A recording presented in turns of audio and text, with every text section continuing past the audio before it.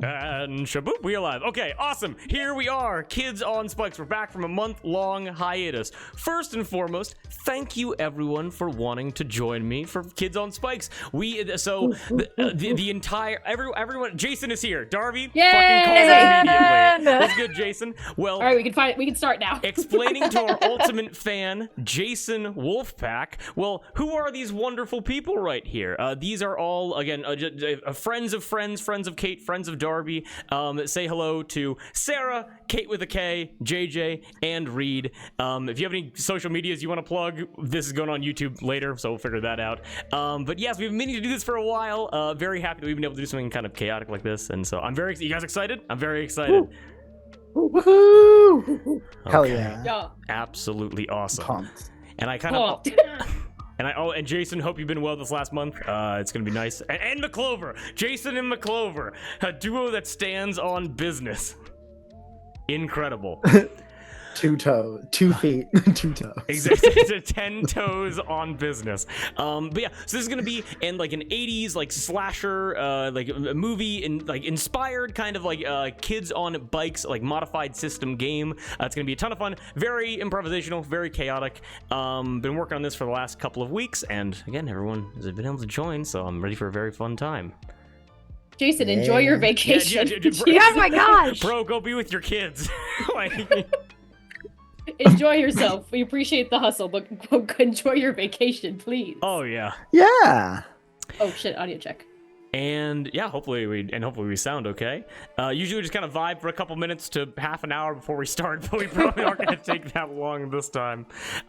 Any socials you guys want to plug, feel free to do it now. It's going on YouTube to however many people. But if you're all good, not a problem at all. Sound good. Okay, we sound good?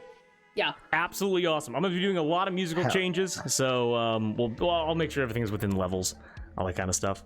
All right. And I don't think we're going to do any kind of introductions towards any characters because we're going to be doing that in just a little bit. But the one question that I have to... It seems like we're all good. We're all ready to go. So we want to play some D&D? Oh, I'm so sorry. We're not playing D&D. We're not playing D&D. We want to play some Kids on Spikes? Yeah. Yeah. Yes, and yes. Then, to everyone that hasn't played with me before, we have a bit of a ritual before we begin.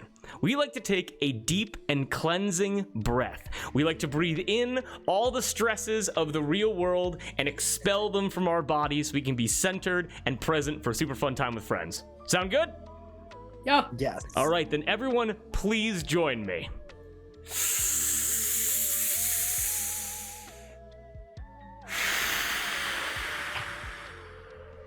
Oh, how's that feel? That feel good? It's been a month. That's very nice. Oh, amazing. And everything after the breath is canon.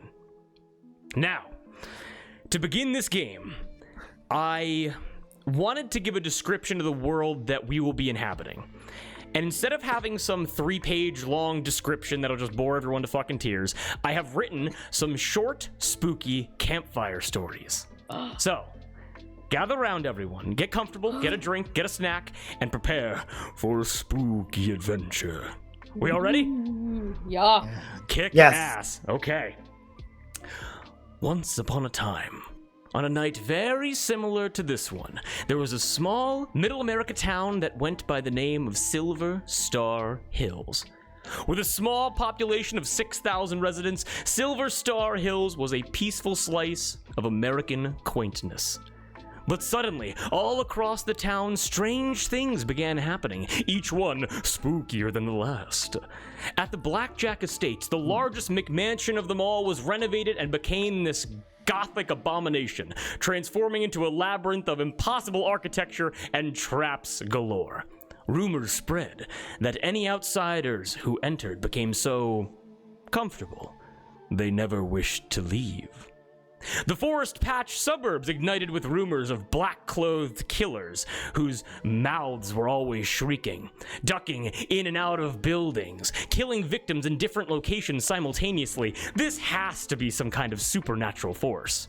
Or, at least that's what the police had to believe to stay sane. The Shy Mall became the epicenter of bad PR. Some blamed it on gas leaks, others on mass hysteria, but whatever the case, there were reports of killer dolls rising up out of their packaging to enact violence on seemingly random passers-by. But that's just kids telling stories, right?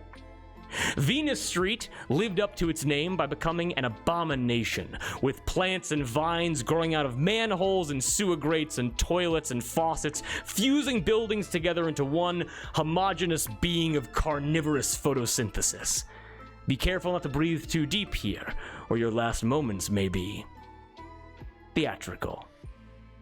The Oyster Family Farms was plagued with stories ripped straight from some of the earliest horror tales. Now all who visit OFF cross their fingers and hope they're able to walk away without angering the newly appointed owner of the estate. And the farm hands pray they don't run into the ground's more reptilian curiosities. Finally, the Milky Moo Carnival began to have children disappear.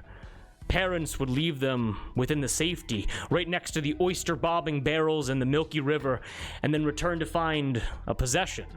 A shoe, a hat, a balloon, strewn about, with their children nowhere to be seen. The police searched far and wide with no luck, but some say they can hear the echoed crying coming from deep within the earth. Or is it laughter? It's so easy to get the two confused. But even in such chaotic times, Silver Star Hills rallied together and began to push back against these horrific happenings. And the outcome of their combined efforts can be seen in the current state of the six of you. We enter into this world through an unassuming building. Brick construction, 4 walls and a roof, large meeting rooms lining the interior. You have your standard, foldable metal chairs and your fold-out plastic tables, an old, Keurig fucking gunked up and disgusting from years of use with no cleaning, with styrofoam cups right next to it. You got harsh fluorescent lighting, and on the tiled floor underneath you, there's blood. There's blood and ripped cloth and fractured bones and the lingering stench of defeat, as we're going to be introduced to each of your characters at their lowest points. Now, everyone here is going to begin this game at a gushing injury level. However, I don't want you to mark it down until after we're done with introductions, okay? Awesome. So here's what we're going to do. A quick introduction to rolling dice. These intros are going to be framed as you explaining your stories or how you got here to the other characters, and kind of how you got here as you're patching yourselves up, essentially. So, hopping right into it, I need everyone here to roll a d20. That's going to be the largest dice you have or your best skill. There are going to be no modifiers to this roll. Just roll the dice and let me know the number you got. I got a 10. 10? I got a 3. 3? I got a 1. 1. 15. 15? 13. 13, got it. Kate and Reed? Kate, you muted. 16. 16? 19, sorry. 19. Okay, got it. So the way we're gonna do this, highest roll gets introduced first, and then we're gonna go down from there, re-rolling each time. Make sense? Yeah. Okay, got it. Cool. Then Kate, we focus in on you first. Show us how it's done. Me? I'm so shy. I'm so shy. Okay, let me just get the music right and we can hop right in. Maisie. Darkness. Confinement. Your body is unable to move, and your eyes are unable to blink. You've been staring open lid, wide pupil at darkness for weeks. Because it's been weeks since you've been bested by that brat Clay and his bitch mom, Barbara. They completed the ritual. They put a crucifix around your neck and they stuck you back in your box, tossed you into storage, thinking that you'd never be seen again. But they didn't count on the Shy Mall opening. They didn't count on Black Friday. and they didn't count on parents being willing to trample over one another to get their child their own crazy Maisie Daisy doll. Suddenly, lights, neon, the sound of screaming and scattering. Maisie, you're still fully stationary. You begin to tumble in your box until your box is laying on the ground. Light hits your eyes for the first time in weeks. Your vision is locked up towards the ceiling. Feet begin kicking you all around the floor, like just like scrambling after trying to get to you. It is a slip and slide from hell until a scratched face, like wide-eyed, crazed mom picks up your box and like puts you right next to her face. So she goes, oh, I finally got one. I got one. She begins to rip open the front of the box to see what like special costume you came with, and you're able to watch as a pair of brass knuckles slams into her temple, spraying you with a mist of fine blood as she and you hit the ground immediately. Kate, would you please describe to us what Maisie looks like, completely immobile in her box, sprayed with blood? Yeah, you see blood sprayed over shiny porcelain skin on this doll. She's got these long red ringlets of hair. She's wearing a frilly white dress with a red ribbon. Red ribbons in her hair, red ribbon tied around her waist, red ribbons all throughout the dress. She's got black buckled shoes with white frilly socks, and as the blood splats, it really accentuates her bright blue eyes and her beautifully painted red-lipped smile that is just frozen in place and always shining and eager to please. Okay. Always eager to please. Incredibly pleased this woman with the brass knuckles who just knocked this mom out. Again, you're still fully immobile, crucifix around your neck, but another woman, again, brass knuckles, comes over, picks up your box, and you're able to see a silver fox. This woman has like a white bob of hair. She has big like gemstone jewelry. She has large sunglasses, like a mink coat on, and again, the bloodied brass knuckles kind of accentuating it all. She looks at you and kind of like lowers her glass. She goes, and she kind of like chewing on gum, and she goes, oh, aren't you just the cutest little thing in the world? Oh, but this crucifix, loving Jesus is so last year. And she rips the crucifix right off of your neck. And as she rips it off, the blood sprayed onto your face, your ability to move and speak and kill returns to you. Maisie, what do you do?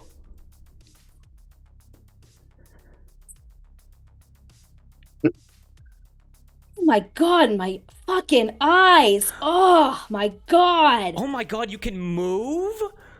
Thank you so kindly. I was trapped there for weeks. You're such an advanced model. There's no even place to put batteries in ya. Oh, honey, we don't have time to get into that. We don't have time to get... What are you talking about? You're a very advanced kind of piece of... Oh, you're made of porcelain? You got some little things moving your mouth in there? What's going on? Oh, well, I mean... Aren't you coming to my rescue? Aren't you here to save me? Coming to your rescue. Darling, look around here. It's absolute pandemonium. And, like, as you start looking around, Maze, you kind of realize what's happening here. Similar to the Tickle Me Elmo craze back in, like, the 1990s, the crazy Maisie Daisy doll is the most heavily sought-after toy that's ever been released. And the Shy Mall just opened up. And it's also Black Friday sometime soon. Timelines are going to be weird in this game. So it's the opening crowd of the mall and a Black Friday crowd, and your doll just got released, like, to the public, basically. Mm-hmm. And you see just parents slaughtering each other to get their hands on one of your variants. Mm-hmm. Well, I mean, I wouldn't like to stick around. I'm sorry, it's been a couple of weeks. I'm Crazy Daisy Maisie. What can I do for you? Oh my god. Is your name just fully Crazy Daisy Maisie? You like going by Maisie instead?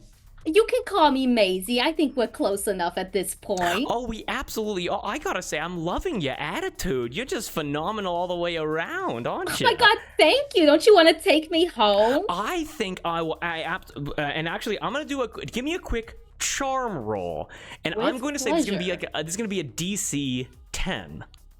Okay. What is that? That is a 14. That's a 14. She goes, now, in all honesty, there has been all those nasty rumors about dolls jumping up and killing people just out of nowhere. And Come on. You seem like a smart lady.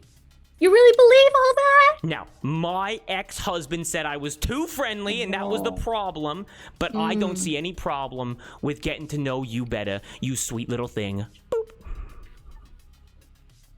So sweet of you to say. And your husband, he doesn't know what he's missing out on, okay?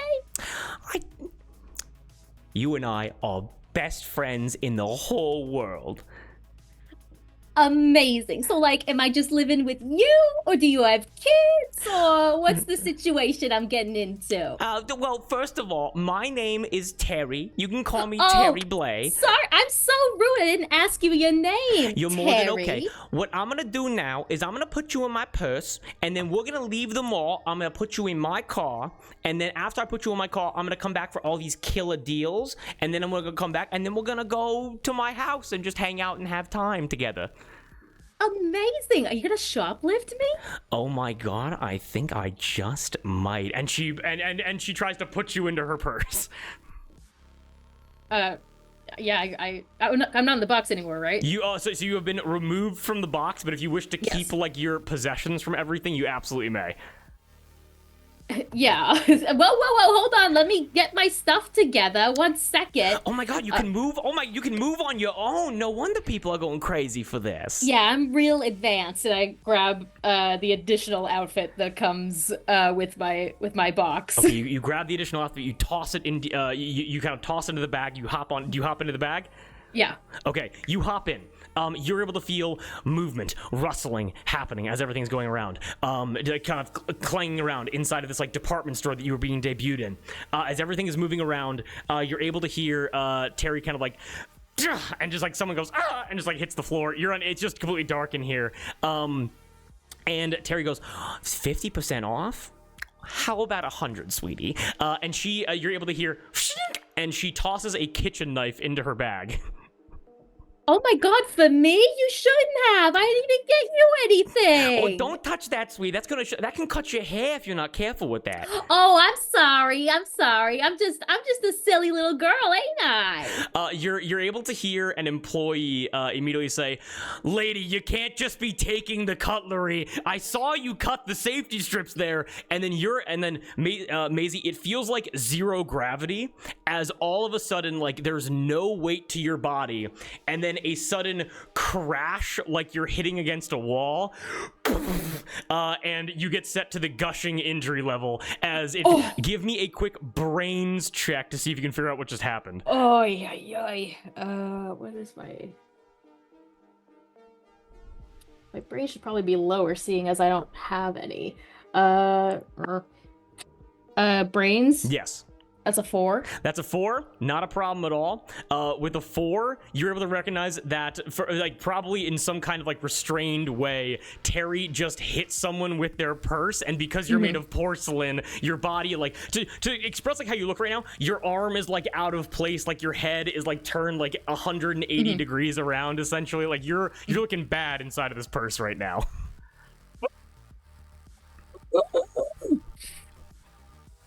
Terry, what's going on out there? We're running for our lives, my love. And you're able to feel like jostling and everything. And then suddenly, the first stimuli, like feeling that you've had in weeks, you're able to feel the cold air, like of this evening right now, this like Black Friday-esque evening. As Terry looks into the purse real quick and goes, "Okay, I'm gonna leave you right here. I'm gonna tuck you under my car. I forgot my keys in there. I think someone pickpocketed me. I gotta go back in to find those. So you just stay here and don't move, okay?" That I will. Don't you worry. I'll be waiting for you. Okay, sounds great. Oh, I love you. Oh, I cannot wait to get to know you more. Oh my God. You're able to God. feel a purse hit asphalt, and you're able to hear heels like run off back into the mall as silence, as you are now in the parking lot. How is this kitchen knife like the same size as me? How big do you want it to be?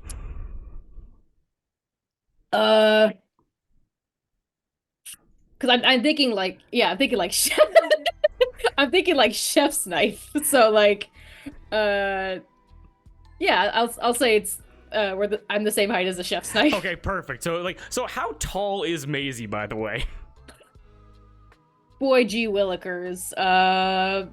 How tall is an American Girl doll? Because that's how tall. Like a foot? Anybody have that information? A couple inches. Like a foot? I was gonna say they're 14 like inches, maybe. 14 inches, like okay. a foot and a half, 2 feet. Okay. Yeah. 2 pretty feet. big. Yeah. 2 feet is not that big. That's like almost a yard. That's crazy. Google says that they're 18 inches tall. Okay, a foot and a half. Get into it. Yeah. You got a big chef's knife. Do you exit? Do you stay in the purse? Do you exit the purse? What do you do? Can I like peek like my eyes over the bag just to get if there's any like bloodshed going on outside, just like see what's going on? You see people running like World War Z zombies into the mall. But besides, you don't see any like immediate combat happening at the beginning, at like the entrance to the mall. Okay. Can I try to pop my arm back in its socket? You know what? I'm gonna say you have to exit the purse to do that for like more mobility. Okay. Then I'll with my good arm, I'll grab the knife and just like hold it to my chest and like prepare. Okay. if anything tries to get me. You hold your knife to your chest to prepare. Go ahead and give me a quick. Let me just see what's going on here. Go ahead and give me a quick grit roll, and I'm gonna say this is gonna be a DC 12. Okay. A 1. A 1. So I will take also, by the way, go ahead and take an adversity token Yep. for the 2 checks that you failed. Oh, Jesus, okay. Was good, Gab. Well, yeah, because you failed the other check before. Again, Right. if you fail, take an adversity. Feel free to remind everybody if they happen to forget. Yeah. Maisie, you forgot, even being in doll form, how good sleep feels. And right now, you're in this like amazing, like definitely stolen Gucci purse, holding a chef's knife. You're able to cuddle something for the first time in a long time, and you're able to and close the eyes close the eyelids of your doll, and you just peacefully fall to sleep. You then are awoken by like something jostles underneath you that kind of like wakes you up, and as you look out of the slit of the purse, you realize that your environment has totally changed. Can I look around? Where am I? As you peek your head ever so slowly out of the purse, you look around. You are now on a bus, completely different environment from the parking lot. Okay. Go ahead and give me one more brains check to figure out like where you are or where you're going. Okay. 6. With a 6, I'm gonna say that you're able to look around. You're able to see like the digital kind of like the declaration, like what stop is next, like the like labels are kind of like rolling by, and you're able to look up and notice that it says next stop, Silver Star Hills Community Center. And it seems that someone snatched the purse, got on the bus, forgot the purse, and then like ran off the bus, and that you're just now traveling towards this community center now. I'm by myself. There's no one else. You are by yourself. Terry is nowhere to be seen. Oh no. Are there other people on the bus? Not currently. Seems that this Okay. bus is pretty empty. Okay, well, except for the driver. Except for the driver, of course. Yes, the driver's there. Yeah. The driver, old woman, huge, like white hair, very like thick glasses. Okay. Next stop is the community center? Indeed, yes. Okay. Where am I on the bus? Like what row? Like towards the back, front, middle? You were in the back of the bus. Okay. Then can I like use the I'm still in the purse, right? Yes, you are. Can I use the purse to like cushion my fall and like just like roll to the front so that like I can, when like the bus screeches to a halt, I can like roll out? You absolutely. So you want to roll forward to like get next to the bus driver's like legs to just kind of like roll off onto the street Yeah. when it stops. But I'm You still in the purse. You absolutely can do that. Not a problem at all. Great. I do that. Okay, perfect. And here on this bus, Gucci purse sitting next to the bus driver's legs. The bus driver goes, "That wasn't there before." And with that, as this bus continues to travel, we're gonna cut away. Sound good? Yeah. Okay, absolutely perfect. Can I get another round of D20 rolls from people? Where's Reed? 16. 16. Got a 4. 4. 10. 10. I also got a 4. You also got a 4. Hey. Then, Sarah, you're up next. Oh. Okay. Let me just get everything prepared here. And okay, let's rock it. The Blackjack Estates. We see the Quincy Adams family home. This enormous Hello Neighbor looking ass monstrosity of a house. We race like a raven into an open window through a maze of hallways, past gargoyles and guillotines and Frankenstein-esque wires and pipes until we come to the main study. A meeting is taking place, a private meeting, a meeting for only adults.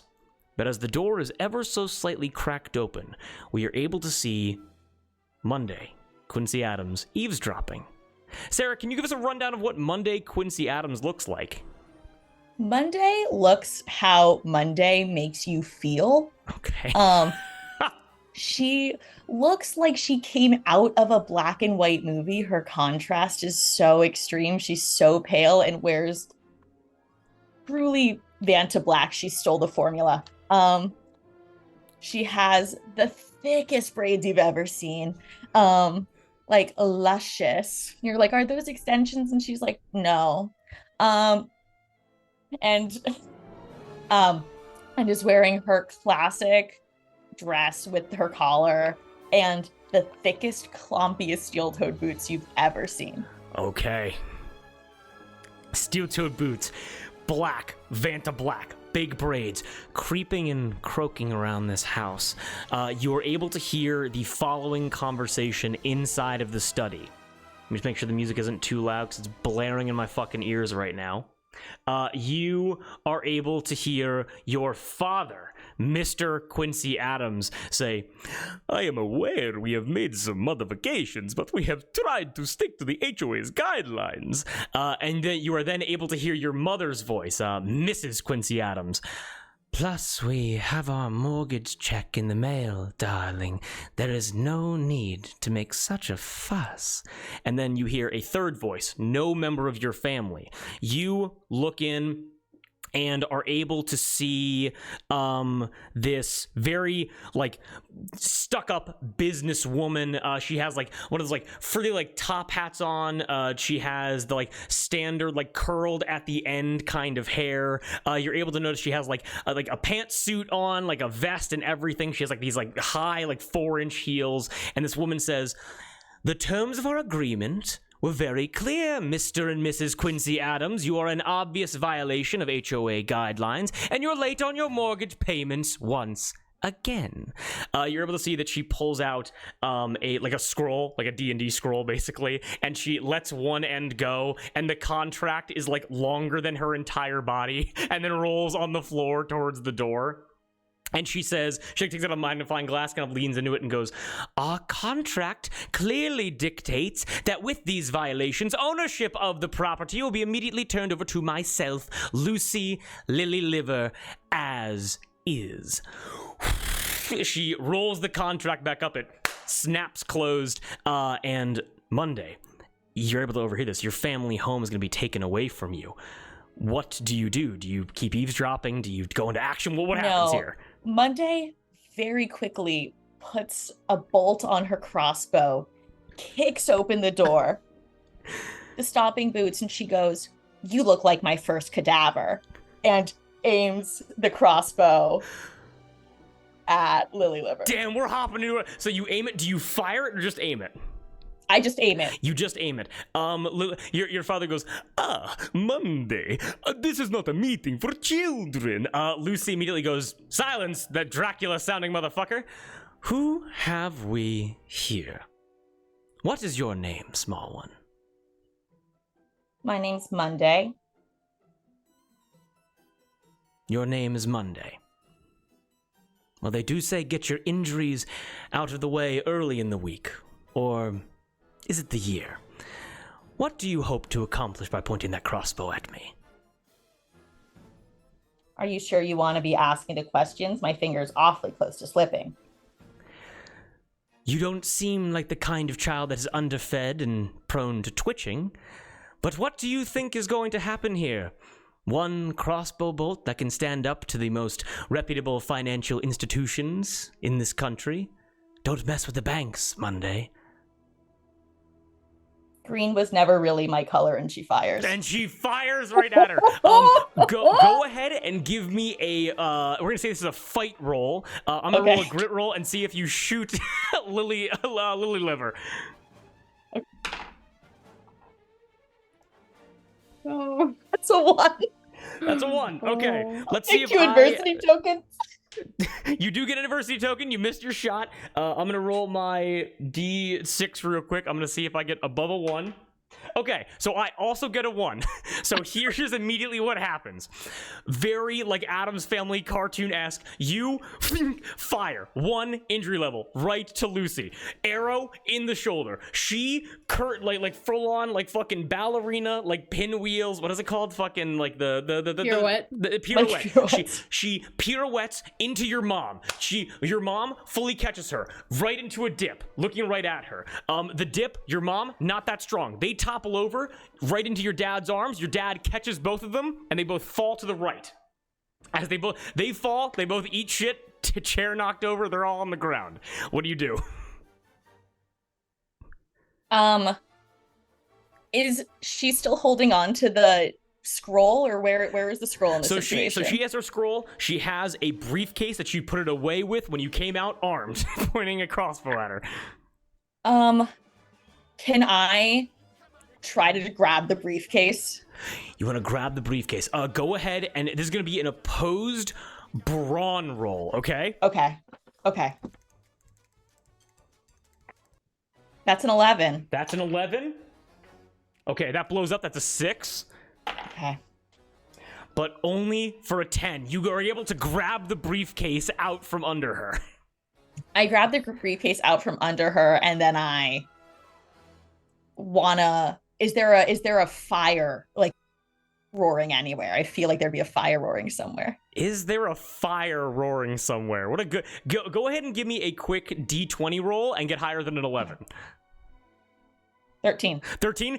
You're able to... Your father goes, "Be careful, Monday. Do not knock over the brazier." And you're able to see, like, a Gothic-style, like, street fire just roaring in the corner of the study. Okay, I guess I should also clarify what this scroll is. Is this a scroll that's like, and you haven't paid your mortgage payments, or? Yeah.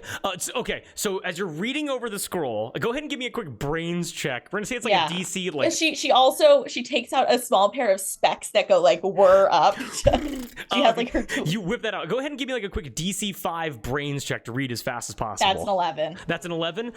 As you begin reading over the contract, this is a mortgage contract that was brought to your parents like as a like by the bank to like basically when you first moved in here. Probably when did Monday move in here? Like before they were born, after they were born? I think she's born and raised in this house. Okay, born and raised in this house. It's clear like this is like an ancient like family document passed down from generation to generation that just had the contract like basically scribed onto it. But reading through it very quickly, you're able to see that your parents have clearly missed their mortgage payments, and now the deed is now legally registered to Lucy Lily Liver herself, meaning the possession of the home is now out of the Quincy Adams family. She throws it in the fire. You throw it in the fire. Lucy goes, "No! Government paperwork!"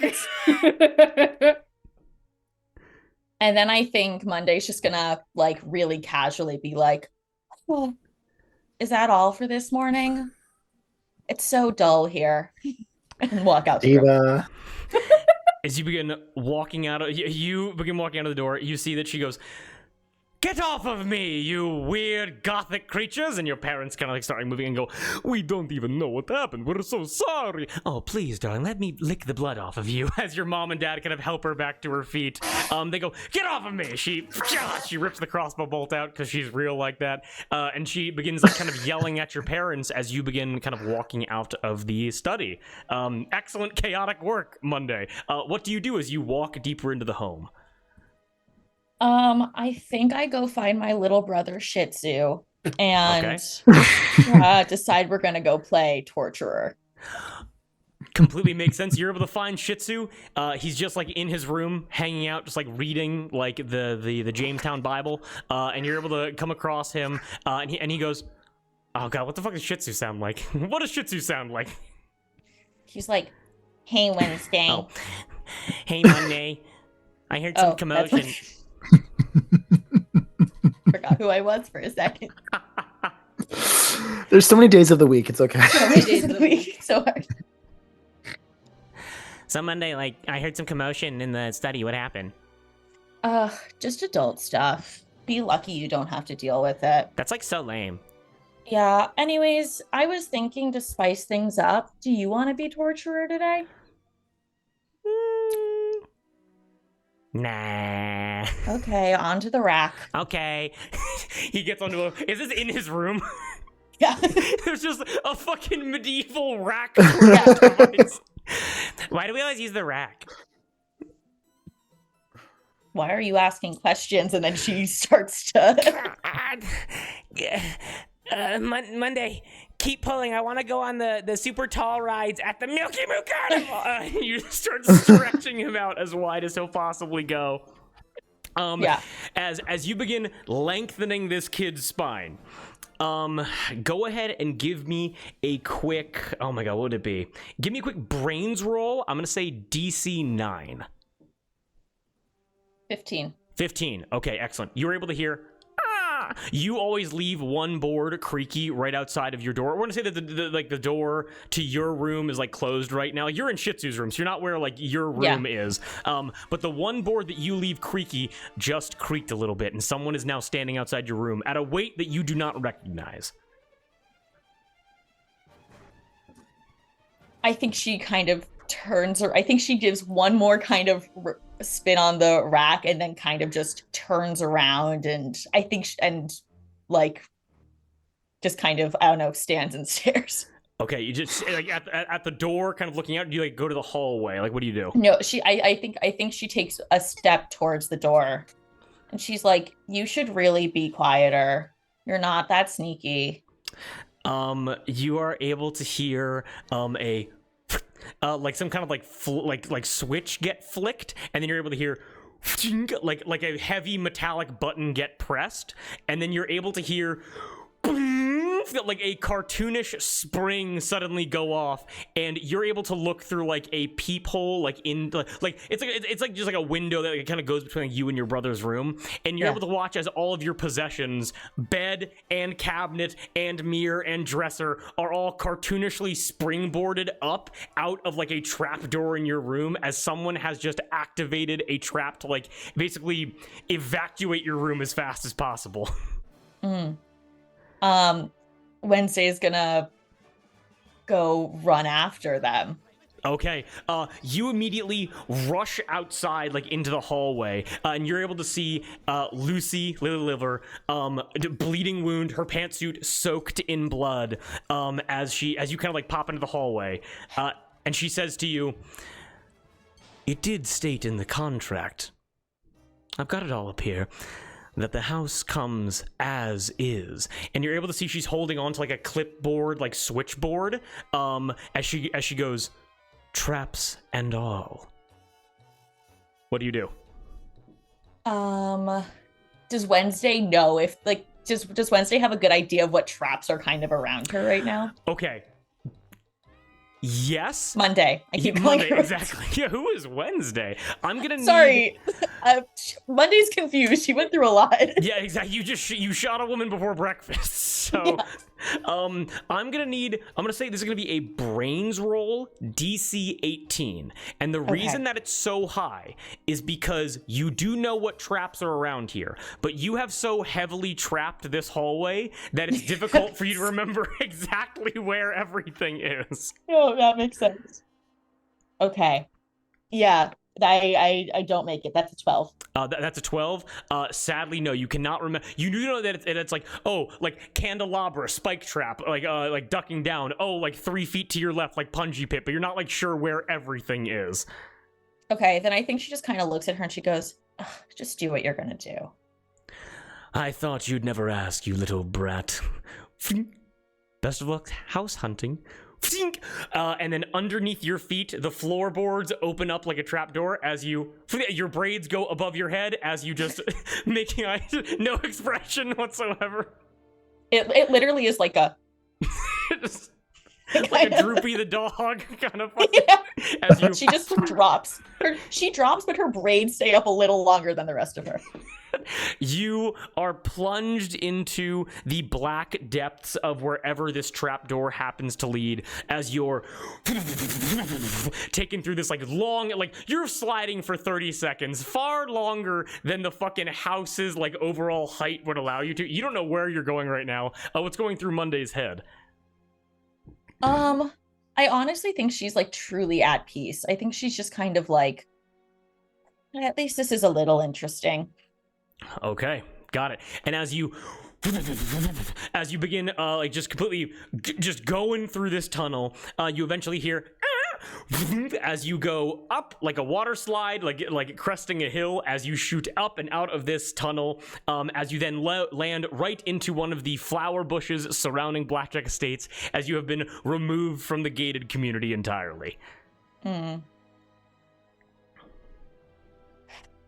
hate roses. Some of them wilt and die as you even touch them. As you're able to feel something like on your back, like it almost feels like a large bug, kind of like.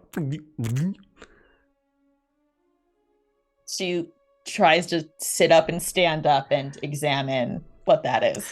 You sit up and you stand up, and you are able to see you're able to feel like kind of like rapidly begin like kind of crawling over your body until it crawls down your arm and into your hand, and you are able to see Thingy. You're able to see Thingy, the disembodied hand. You were no help earlier. Glad you made it. And then she just puts it on her head. As the hand goes onto your head, you're able to feel the index finger and the pinky just kind of like tap you to kind of like make you turn your head a little bit. What does she see when she turns her head? You're able to see a local bus stop right at the edge of the Blackjack Estates, and you're able to see a bus arriving bound for the community center. She said, "Oh, you really want to go?" Winged. Okay, and then she just kind of walks right on. As you walk onto the bus, you were able to see a purse laid right next to the bus driver, old lady bus driver, and you're able to notice like a bit like a porcelain doll kind of like sticking out just a little bit. I think she just goes in and like picks up the doll like this, and she goes,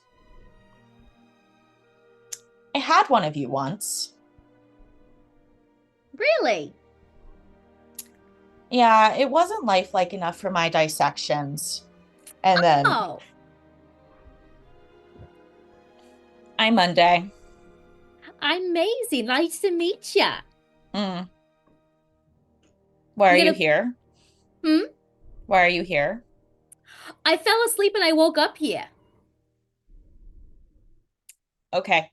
And then I think she'll put Maisie down and kind of just go sit. Okay, going to go sit. The bus continuing along its route. We're gonna cut away. Sound good? Yeah. Okay, perfect. Hope that was good. All right. Next round of D20 rolls. Okey-doke.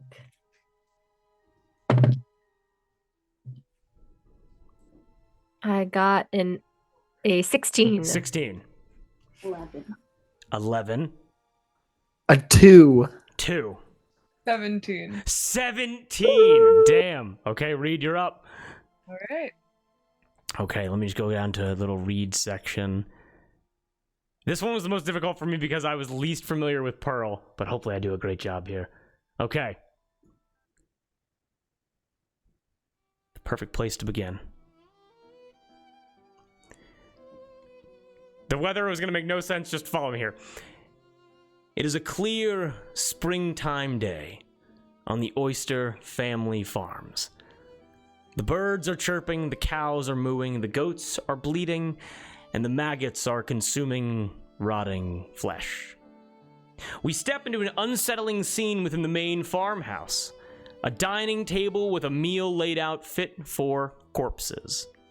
Rotting vegetables, a suckling pig being devoured by larvae, and 2 corpses seated at the heads of the table, 1 male, 1 female. And we are greeted by the manic, ear-to-ear grin of Opal, who, in contrast to the smile, has tears pouring out of her eyes. Reed, can you give us a description of what Opal looks like? Yes, so she has dark brown hair done up in 2 little braid buns that I did not know how to do.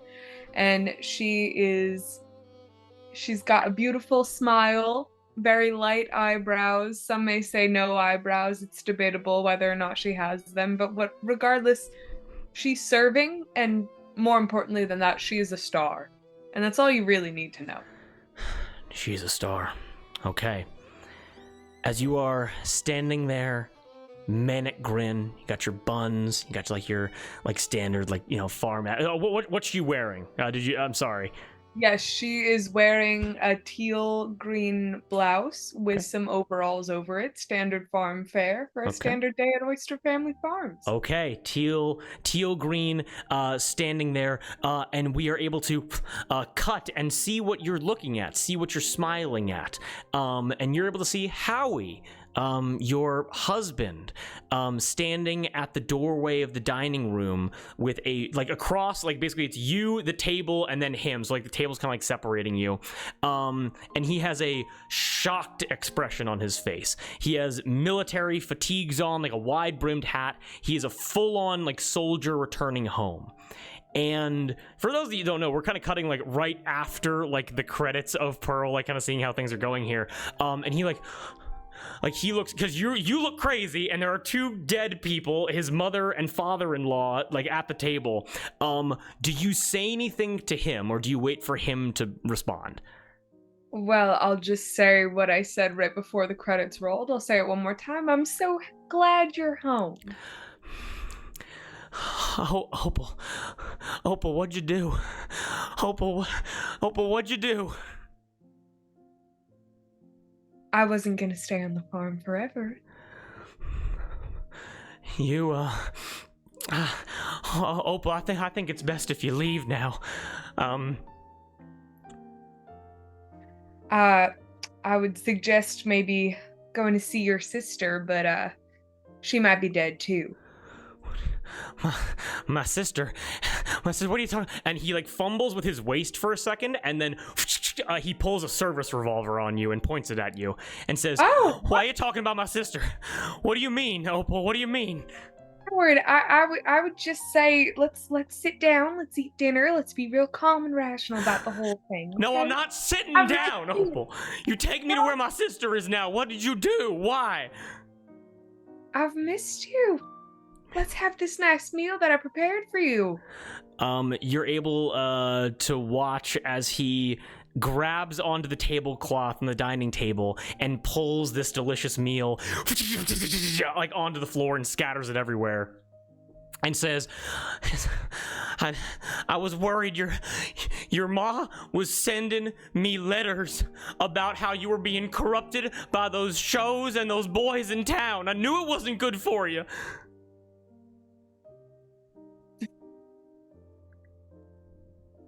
Well, to that I would say, did you call the police on me, Howard? I didn't know. No, you've been looking at me the whole time. I didn't call the police. No, are you sure you didn't do it like 5 seconds before you got here when you smelled the stench of death coming from the door? No, well, no.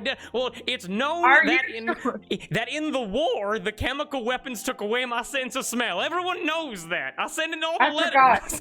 forgot. I forgot about the war that was happening. Yeah, the ambiguous war. We're on dressed like a World Yeah, War One the soldier, and it's war. probably the 80s. Exactly. Yeah, exactly. Well, I'm not taking you to no sister of yours, all right? You were gonna sit down and you were gonna eat dinner and you were gonna like it. Now you listen to me, you crazy lady.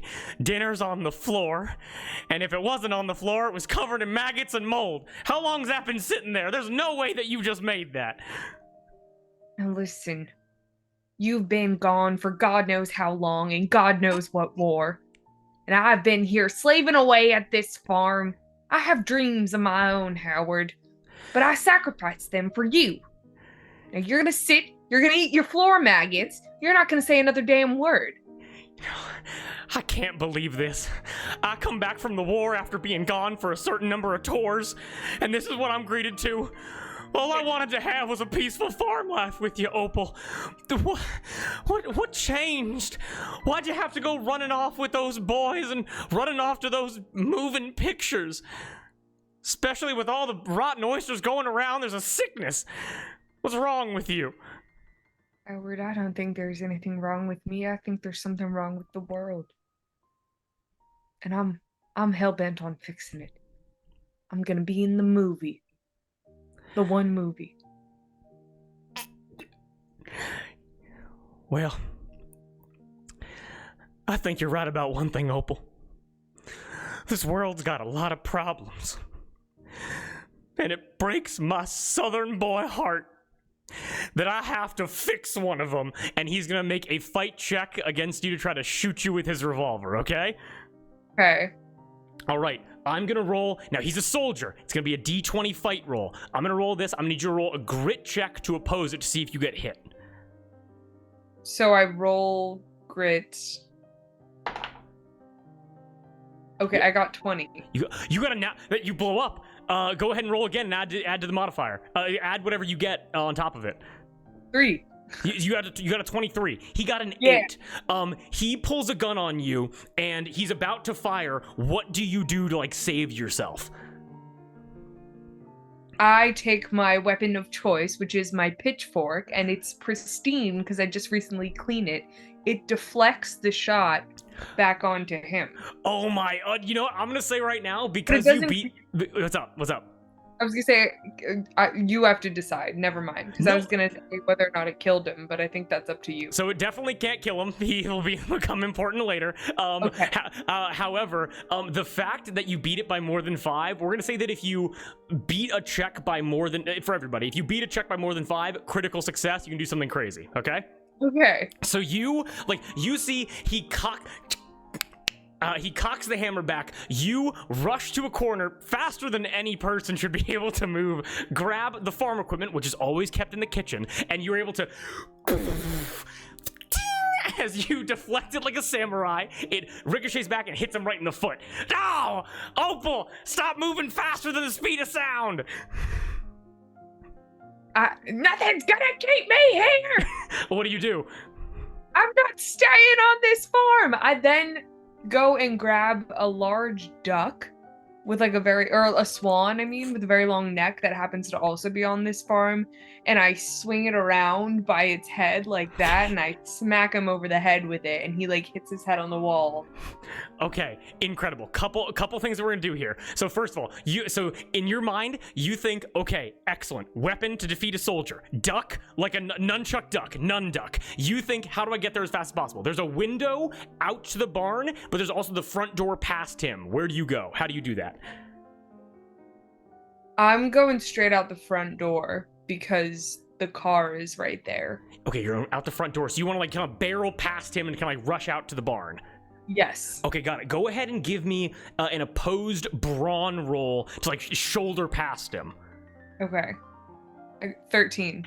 A 13. Okay, got it. He's a soldier. And don't worry, Reed, I always roll terrible. I got a 6. You are able to barrel into him. He flies. He hits the door frame. He lays down. You're able to run to the barn. You run to the barn.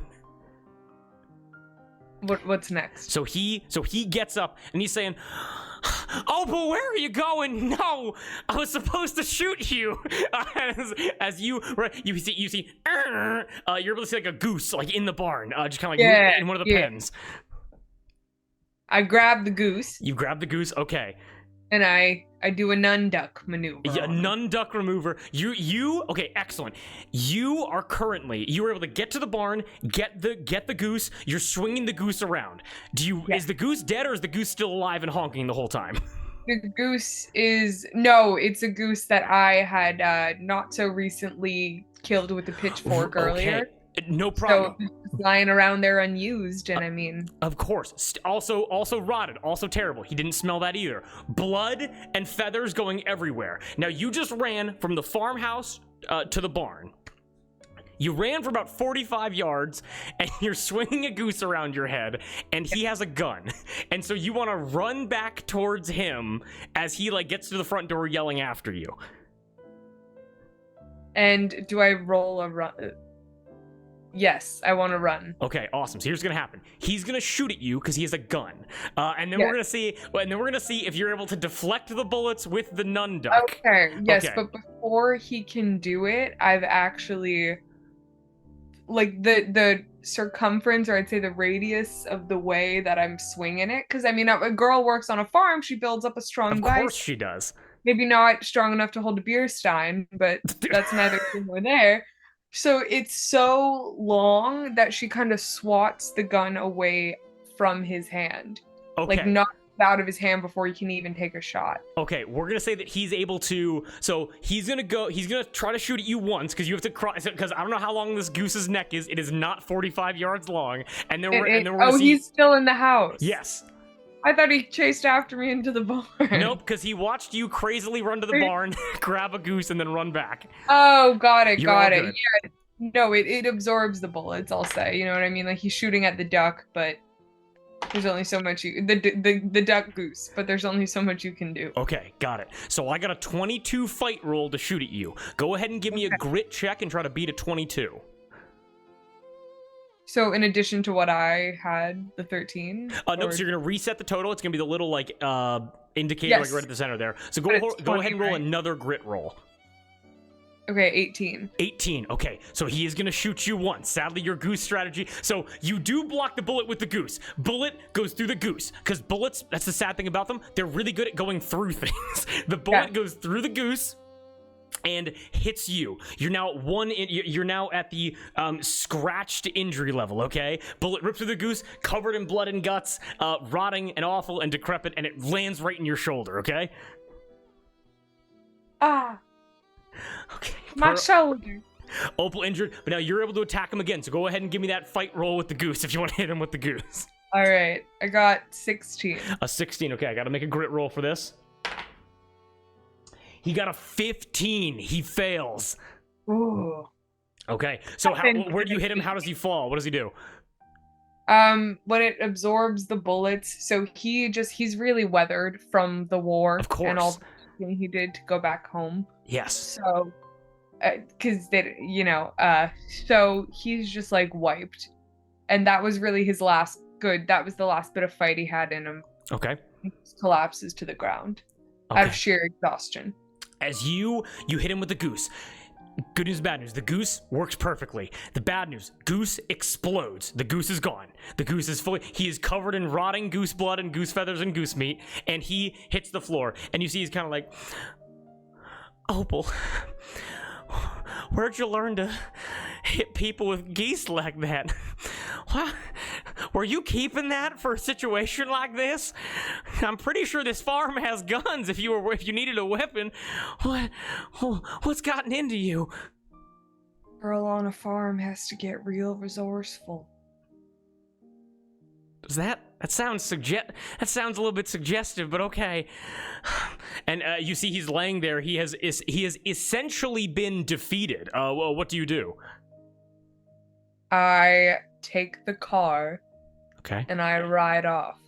Because I'm not staying on this farm, You- and nothing is gonna keep me here. You are not staying on the farm. So he is defeated. He's not dead. He's really, really badly wounded. He's on the farm right there. You hop into like the old 1950s car that the Oysters family farm has. Obviously, he just got back from the war. He took a car here. And you begin driving away. You begin driving down the hill, like leading up to the farmhouse. You drive past the gates, like outside of like where the horse and the cows usually roam and everything, and you are suddenly on the streets of Silver Star Hills. What do you do? Damn. Well, I passed by. I'm gonna go. Oh, sorry. You're all good. I'm going to the movie theater. You're going to the movie theater. Okay. Go ahead. And so now, if I know anything about Opal's character, go ahead and give me, I'm going to say this is going to be a grit roll, DC 25. So I have to get higher than 25. Yes, you do. I got 6. You got a 6. Okay, go ahead and take an adversity token. Go ahead and write that down. All right.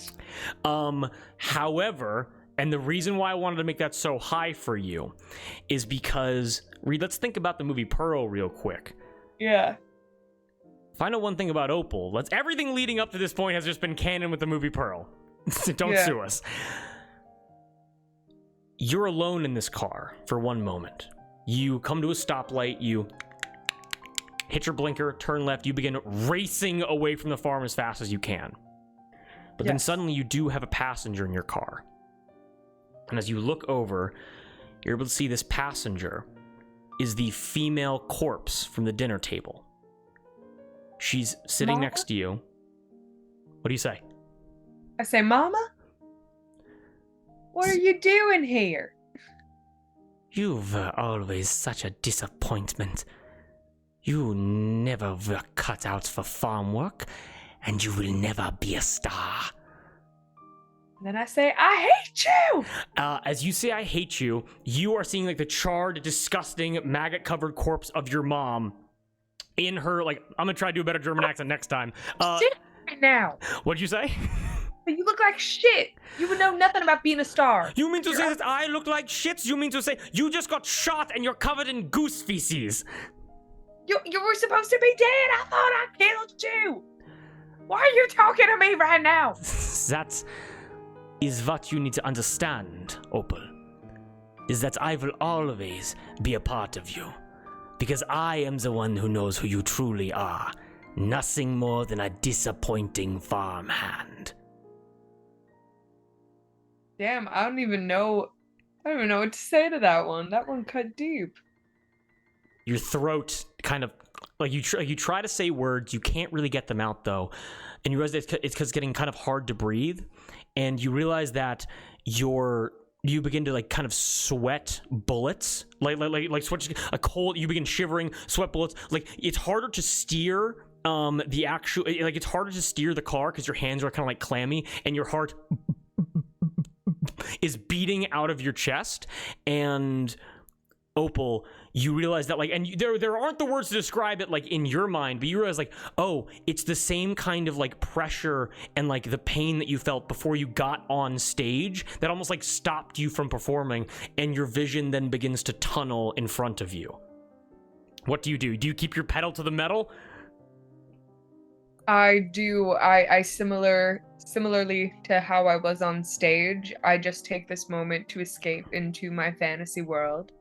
And even though these movies have yet to come out yet, I start imagining myself as a young Vin Diesel in the Fast and Furious movies. Okay, excellent. Opal was never really about family, given she just tried to kill the only family she had left. No, I mean, they do rewrites, and they obviously they cast a man to my role from the original, but this is what Fast and Furious could have been. Okay, you just start picturing a bald man with a tank top on. You're just like, God, if only I was born 60 years in the future, as your car begins going faster and faster and faster and faster until Monday and Maisie, you're both able to look out the front of the bus and hear as the community center bus T-bones Opal's car. Opal, gushing injury level. The bus stops immediately. Opal, Okay. your car has been completely totaled and destroyed. Yes. What do you My do? mom is dead. So and- you look over, your mom's not in the car anymore. Yeah, she's gone. I am, tattered and torn and bruised and bleeding and all those good things.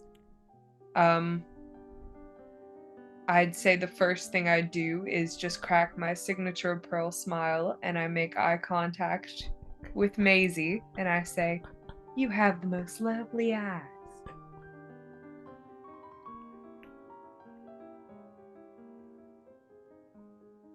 You're I muted. think you're muted, Kate. Sorry. What's the situation positioning here of the bus and the car? So bus, car has been T-boned. Yeah. And the bus driver looks like just another day, completely unfazed. And Opal is like manic grin, bleeding everywhere. I'm still in the car. In Like the car. I look like in the music videos where they have the lady like strewn about on the car. She's like Mhm. that. Like I've been crushed, but I'm mobile, but I'm Mhm. bleeding everywhere. And I'm Yeah. just kind of shell shocked, but I'm taking it all Okay. in stride as I do. All right, Monday, Maisie, what do you do? In response to Opal, I look at her and I say, "Wait 1 second," and I look through the purse and I pull out my extra outfit, which is a Milky Moo farm girl outfit, and I hold it up and I'm like, Ah! hold on, I'm gonna change right now. Hold on, and I get in the purse and I change my outfit. What does Maisie's new outfit look like? It's almost exactly a replica of what Opal is wearing, except it's like a white undershirt, and like all of the like the aesthetic, none of the like functionality, you know. And it's also like it's what Opal is wearing, but if it was made like 30 years ago. And Monday gets up and kind of walks over to Maisie, looks down, she goes, impressive. And then looks up to Opal and goes, "That's a lot of blood. Yours?" Not just mine. My mother was.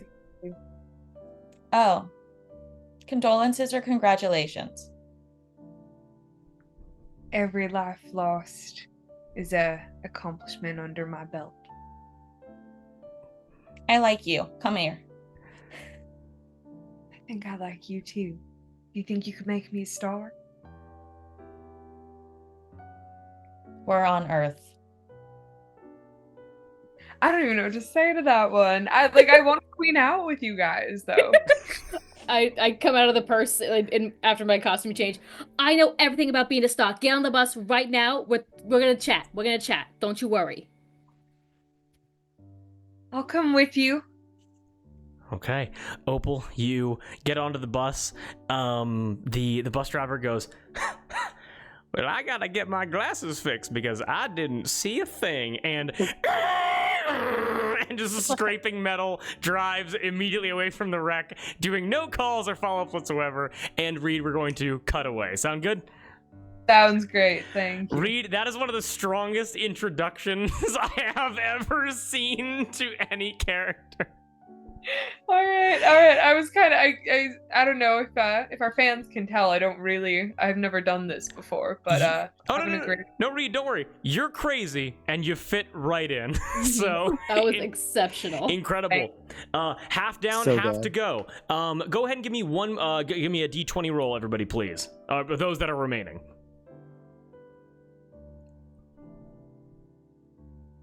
I got a 3. I got a 5. 3, 5. What did you Can't get? see it. 7. 7. Okay. Then with No, a it's the 7, one. we are going to. It's a Oh, 1. What? No, the 7. 5. So wait, I won with a 5. I think so. Okay, Oh, with a God. 5. Then we are What the fuck? What did I have up for? Okay, got it. Then we are going to hop on over to Aubrey 3 in Venus Street after taking a very short break. I appreciate Darby, Kate, JJ, I appreciate your patience. So sorry for the bit of the delay here. We're going to take a very quick break, go to the bathroom, get some snack, get a drink, whatever makes you comfortable. And thank you everybody that's watching or chatting. Make sure you're all good on your adversity tokens, by the way. I saw Kate, excellent on you for keeping everybody on track with that. Thank you. Well, I wasn't sure, but Reed, because you have your double thing for that, right? Yeah. I'll keep track of that. Perfect. Oh. But for those watching and for those that have already done their introductions, we all had a good time so far? Woo! Yo. Yeah. Okay. Hopefully a good introduction to TTRPGs for those that have not played before. And we're going to be finishing up very quickly after the break. So catch you guys soon. Peace out. Woo.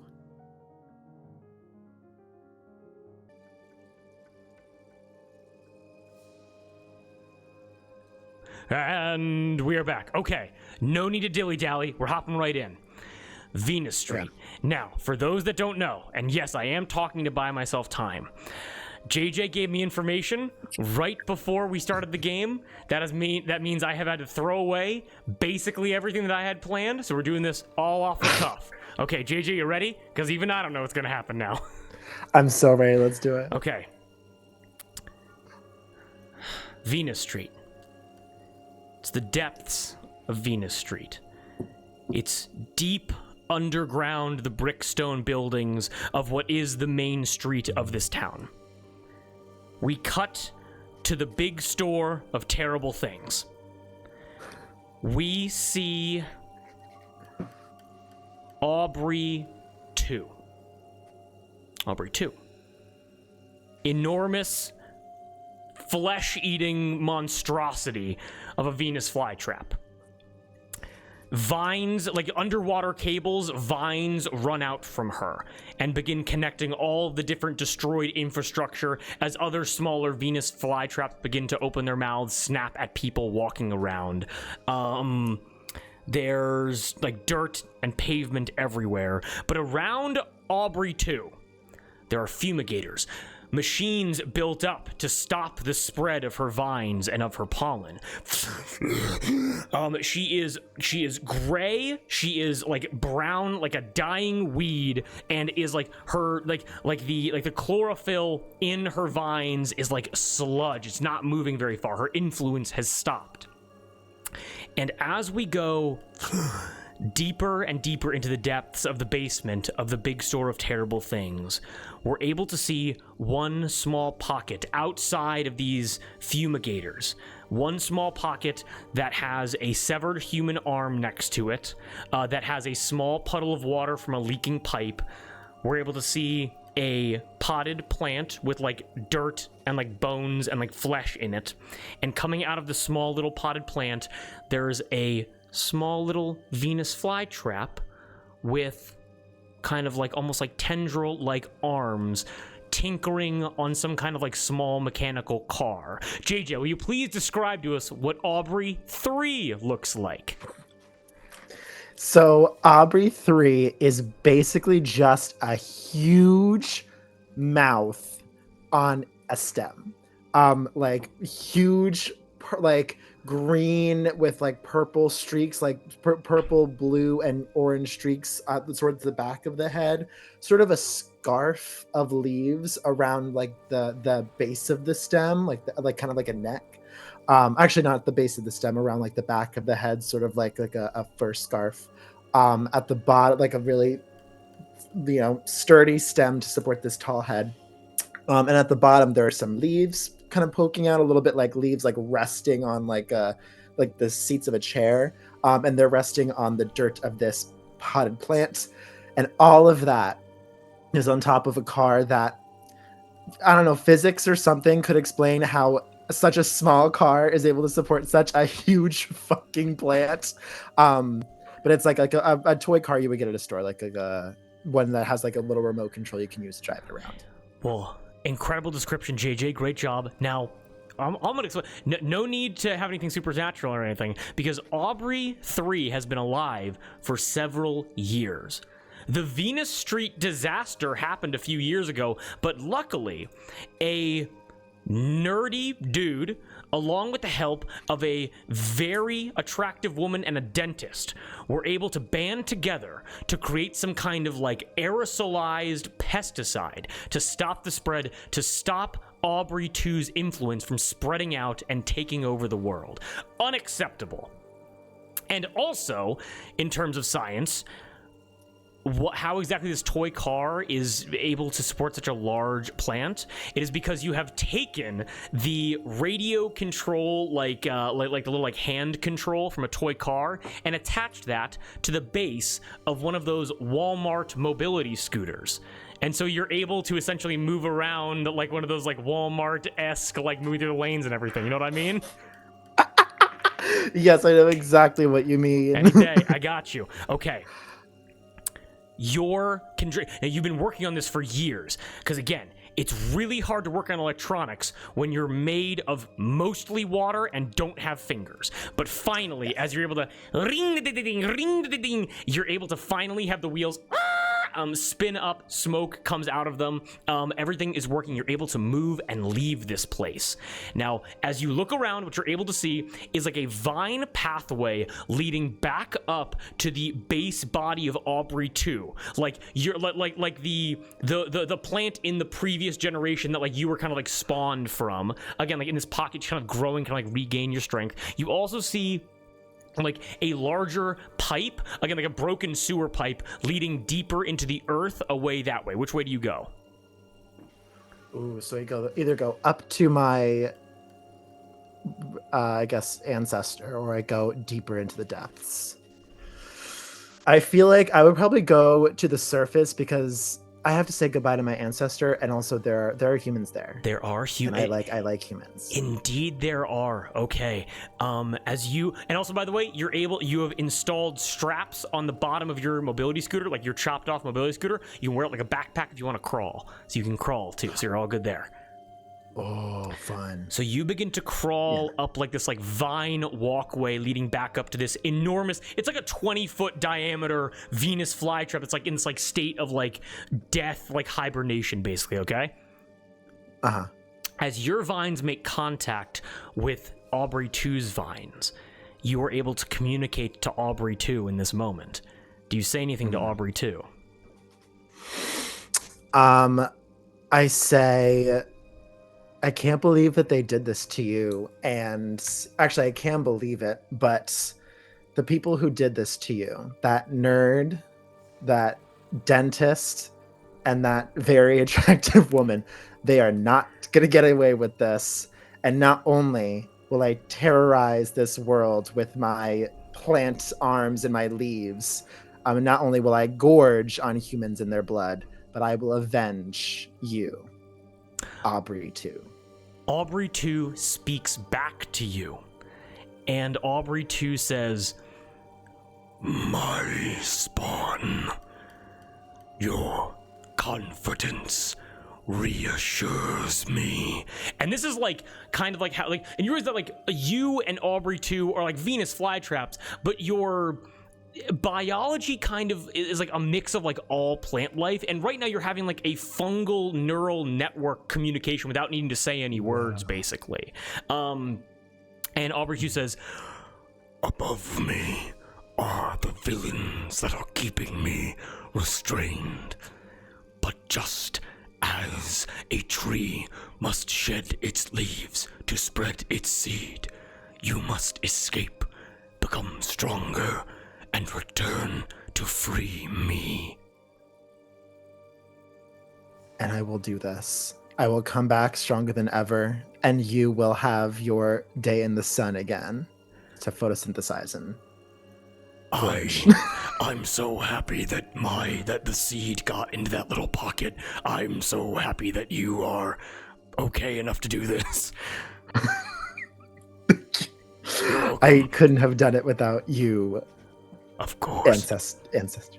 But carry on. Go feast and enjoy the sun for me. I will. Okay, so I think I'm going to do now is I'm going to say goodbye. I'm going to take the remote and I'm going to move my scooter out of the store and onto the street. Okay, you go up the vine pathway onto the street. What kind of war is going on? Emergency vehicles spinning up. There are still a lot of people missing here. They desperately need to be saved. But you begin going down the street, and you're able to notice these this pipe fumigator system that's been set up is stopping the spread of these vines from going out, pollinating and spreading all across this town. Unacceptable. And of course, shutting down these generators, top priority for a later day, because right now you're only one plant. If they hit you with any kind of spore, if they hit you with any kind of spore neutralizing agent or any kind of pesticide, it's game over. There are no other Aubreys that can work. So you're the last chance that Aubrey has to become the unending, ever-reaching network of fucking agriculture. Okay, yeah. So I don't take that on quite yet. Okay. But with the knowledge that I'll come back and I will free everyone and we'll take it down. Okay, got it. You're going down the street. You're going down the street. Give me a quick flight roll, DC 8. Okay, DC 8. Wait, how did I get a 12 on a DC 8? I don't know. Oh, I'll roll again. You have to reset the values. Oh, okay. Got it. Okay, I got a 7. You got a 7? Okay. Yeah. Now you do have 2 adversity tokens. Do you want to spend one to succeed, or you just want to fail? I'll succeed. I'll spend one. Okay, you spend 1, you succeed, meaning that you're able to watch as, because there are metal walkways set up on top of the destruction to allow for response crews to come in here to try to manage this damage that's been going on. It's been caused. Oh, sorry, not the damage, the reclamation of these human structures for nature to take its course once again, to return these people to soil and grass. And you're able to begin camouflaging yourself in with the debris, in with the destruction. You're able to move very fluidly. No one sees you as you begin to move your way down the main street. You get about halfway there, and then as you camouflage yourself, you're able to notice about maybe 15 yards away from you, 2 figures are moving down the center walkway of the street. You're able to see nerdy man, gas mask, vest on, button up, pocket protector, but his face covered by a gas mask, and he has a weed sprayer gun in his hand. And next to him, it's a woman in a tight dress, broken heels, and a gas mask, but coming out from under the gas mask, the largest hair you've ever seen. It's twice the size of the width of her shoulders. As the woman says, "Blindness, is it really over?" To which the nerdy guy says, "I can't be so sure that it's dead, but it's all we can do to hope that we've stopped the spread." You're able to notice it's the nerd and the hot lady that Aubrey 2 was talking about. Now, of course, they're far away, and again, he is holding this weed gun. But again, you see the people that have caused your ancestor and your interconnected network so much pain.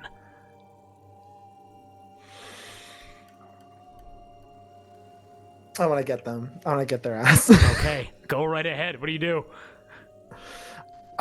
So I'm on my scooter. Okay. Let's see. You're How close right am now. I? They're far away. They're 15 yards away from you, yeah. Okay. I am going to get close enough, go little, slowly, but try to intercept them a little bit, so that way I can use my one of my sprouts to okay, try to nip at them. Are there any? Them. What the? Who? Reed? I think Reed just popped out. Okay. Oh no! Here, I'm giving her a laptop charger. Don't worry, guys. This happens a lot. Okay. Yep. Jake, you want to go help her out? Is that here? Yeah, here, I'll be right back. No problem. We'll be up here. We'll be right back. No, oh, wait. Oh, there she is. Hey! Hey. Oh, hey. I think so. Is everybody where they gotta be? Yeah, if you need my charger, you can come and grab it. Yeah. Laptop die? Yeah. It's the way it goes sometimes. I feel you. That's the way it goes. Okay. So you want to get their ass? Yeah, I want to get their ass. Okay, I want to try to drive the car over. Well, actually, no, I don't want to drive. I want to crawl. Okay. I want to crawl amongst the vines and stuff? Are there like vines on the street as well? They, Like, is it just the everywhere? entire infrastructure has been destroyed. It is like it's overgrown with like so many like vine-esque like cable tendrils. Okay. Yeah, so I'm climbing. I'm like crawling as low as I can, crawling amongst the vines and stuff. Okay. And I'm trying to stay as hidden as possible, to try to get close to them so I can use one of my sprout heads to nip at them and probably try to take off a hand, an arm. Okay, got it. You can make some kind of roll if you want. Are there any skills you would like to use to make this, just like guarantee success with this? In terms of like getting to them. Let's see. I have Freak of Nature, which is +3 brawn or shape with your right, which is charm. I don't think I have any powers that would aid me in this. So I'll just roll. Go ahead and give me a quick brawn roll. Now, are you going for the nerdy? Are you going for blindless? Or are you going for the woman? I'm gonna go for blindless because he has the poison that's gonna do the damage. Also, I do have if it's brawn, I do have a +3 on brawn. Okay, go ahead and is brawn your best skill? No, it's not. Okay, then no problem. Then just go ahead and roll a brawn roll for me, and I will roll. Okay, I will roll a grip check. Cool. Doing a 12.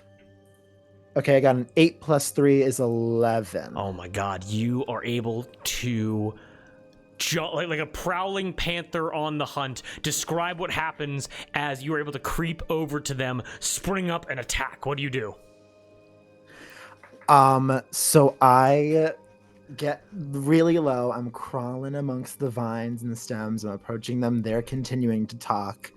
And then when I'm like right at the edge of the sidewalk, I make sure to like stay behind them too so they can't see me. Okay.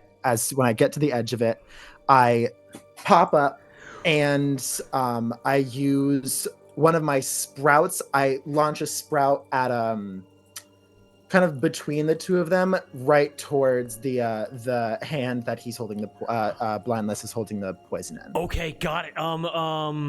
Yeah, so that was a 5 for me on my grit check. So you are able to reach out with one of your tendrils.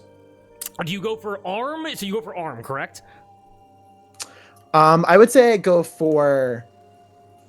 Fuck it, let's go for arm. Take the whole thing off. You are able to watch as the tendril and wraps around his arm as he goes, "Oh, my love, it's got me!" And you are able to constrict the vine as his arm is shattered in 15 different places. It is not ripped off, but as the tendril and loops back into like the overall like homogeneous like plant being, you're able to see his arm probably will never function the right way again, as it is shattered from wrist all the way to elbow. Sorry, wrist all the way to shoulder. My bad. Damn. Well, that's no longer a problem. Quick luck check. Okay. Shit. So I might just kill that. So now he gets to do a thing too, just so you know.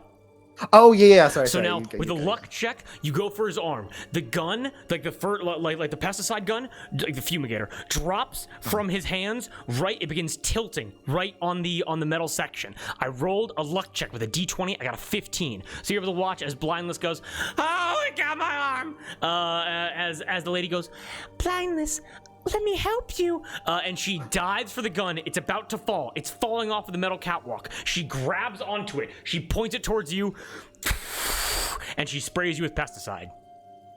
As she sprays you with pesticide, your connection to these vines, it's not going to kill you immediately, but you realize something. This pesticide severs your connection with the vine network all around you, and you realize that you become like a singular being, like your connection to Aubrey 2 kind of severs with this pesticide as you begin to become wilted and brown, and you can feel yourself drying out. A few leaves crumple off and become dust in the wind as you freeze up and you begin teetering on this vine. Go ahead and give me a quick flight check to see if you fall off into the depths. We're gonna say this is a DC 6.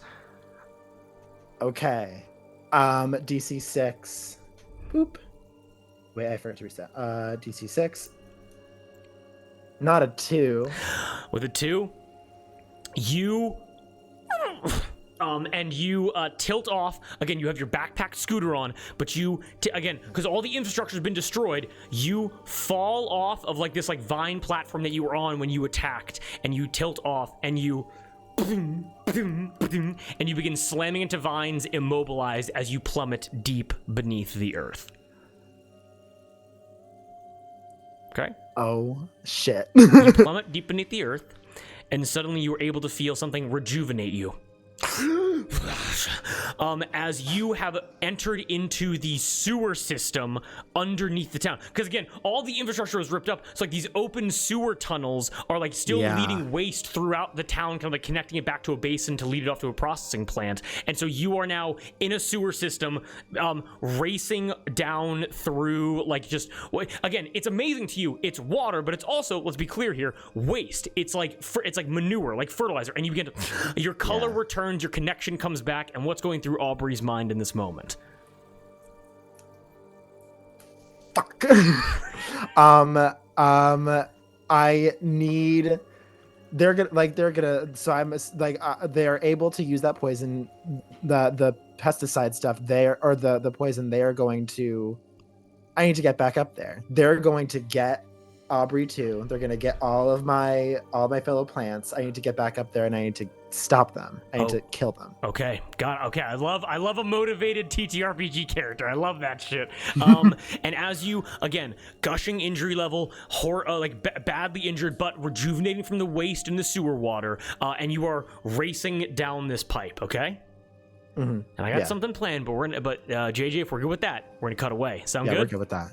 We're good with that. Yeah. Absolutely awesome. Darby and Kate, the final two. Go ahead. This is gonna be the last D20 roll to see who goes next. Rollies. 11. 11. Got to 12. You got 12. Kate, we're saving the best for last. You don't gotta worry about it. Oh god, the pressure. But leading into, we're gonna go over to you, Darby. Then we're gonna go right on over to. I don't even want to say the name yet. I want to hear you say it first. Give me 1 sec. Okay. How convenient that we stay within the sewer systems that Aubrey 3 just entered into.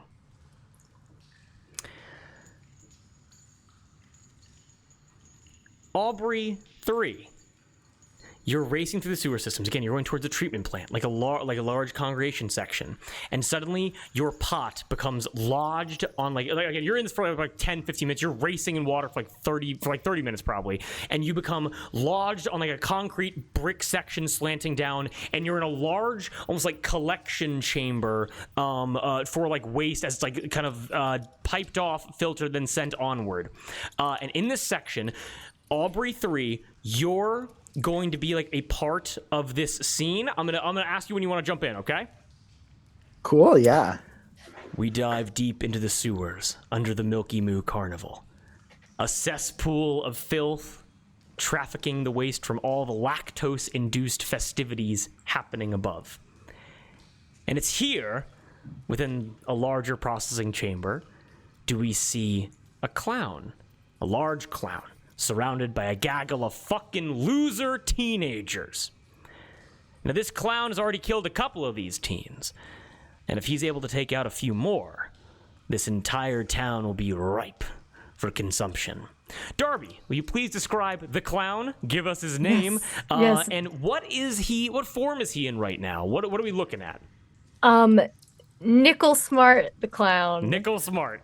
Yes, is very much has all of the classic building blocks of a clown, has big like turquoise hair, a very like classic like old-timey clown outfit that is white and blue, but everything about Nickel Smart looks slightly wrong. Like all of the clothes are kind of dingy and grimy, the limbs are a little bit too long, and so when you're looking at Nickel Smart, you're like, that's a clown, but something is wrong here. Something is very wrong. It has pale white eyes, very sharp teeth. The eyes kind of like one of them isn't looking in the right direction, and the longer you look, the more things you find that just don't look right, that look unsettling. Okay, got it. Terrifying clown, slightly off, different eyes, different directions. Excellent. What does Nickel Smart in this again? Because Nickel Smart right now, height of power kind of position. What does Nickel Smart say to these kids? They're kind of they're holding pitchforks and broken bottles and switchblades and stuff. What do you say? I say, you think you're so brave. You think you're so smart. Even if I'm gone, I'll follow you. In your nightmares. For the rest of your life, I'll be in every dark corner and you will always be afraid. You're able to see they're all grimy. All of their 1980s to 1990s clothing is all disgusting and covered in filth and milk and oyster shells and oysters and all this disgusting stuff. And they look to you again, rushing water. Go ahead and give me a quick brawn roll as one of these kids tries to run under your legs, basically. Okie doke. Fuck them kids. 12. With a 12, what do you do to one of these kids as they try to run under your legs to get a better position on you? As it runs under my leg, on one of my hands, I have a joy buzzer, where you shake someone's hand and it shocks them. And I stick my hand down for a high five. And the kid kind of zzz, jolts. The kid goes, I can't be afraid of someone I high five. Is immediately hit with the joy buzzer, shocking him from palm to the balls of his feet. These kids all rally around really quickly. This kid, fried Doc Brown hair, smoking a little bit. They go, I'm gonna follow us in my nightmares. We don't have nightmares. All we have is dreams. Milk and oyster-filled dreams. That's right. And something, again, weird thing to say, but Nickel Smart, as they scream this at you, it's something that you're... go ahead and give me a quick grit roll. I'm going to say DC 10, okay? Uh-oh. Okay. Oh, that's a 4. That's a 4? Grit. It's it almost feels like a cramp, in the middle of your stomach, food poisoning, as your body kind of lurches down a little bit, and you realize that the words that this kid said has hurt you more than any weapon, and they're able to see that it just hurt you. What is your response? Just shocked that this could happen. Okay. Ugh. What are you doing? What are you talking about? Everyone has nightmares. Oysters and milk, that's a nightmare thing. This is a bad thing. No. And you're afraid of me. No, you couldn't be more wrong. Milky Moo and the Bangalore Corporation are the most notable figures in this town. And nightmares are only a cause of stress and poor mental health. And you know what? I've been working on me for a while, and I'm not having nightmares anymore. And again, you feel, and your body begins hurting. It's now your joints, it's your knees, it's your hips, it's your stomach, it's your chest. Everything begins hurting. What do you do? But you're afraid of clowns. You hate clowns. Kids are terrified of clowns. It's perfect. It's a perfect plan. No, I fucking love clowns because Milky Moo has a clown best friend in the show that I watched growing up. And that clown made Milky Moo laugh so hard that milk was spraying out of her udders for weeks. Ew. Not a nostalgic, happy clown. No, I never could have predicted this. It hurts. That's right. Milky Moo's a good cow, and you're a dumb cow. You're a dumb fucking clown. And they all start yelling at you, kind of circling you, and you kind of begin. And not only do you begin kind of hurting all over your body, you begin shrinking down in size. You're not this towering figure anymore. I think I need to jump in here. You want to jump in here? Okay. Well, so first and foremost, excellent, JJ. Too early? One more thing that I'm going to say, and then absolutely. These kids begin yelling at Nickel Smart. Nickel Smart, you begin to shrink down. Is there anything else that you say? No, you're afraid. You're so scared. I'm so scary.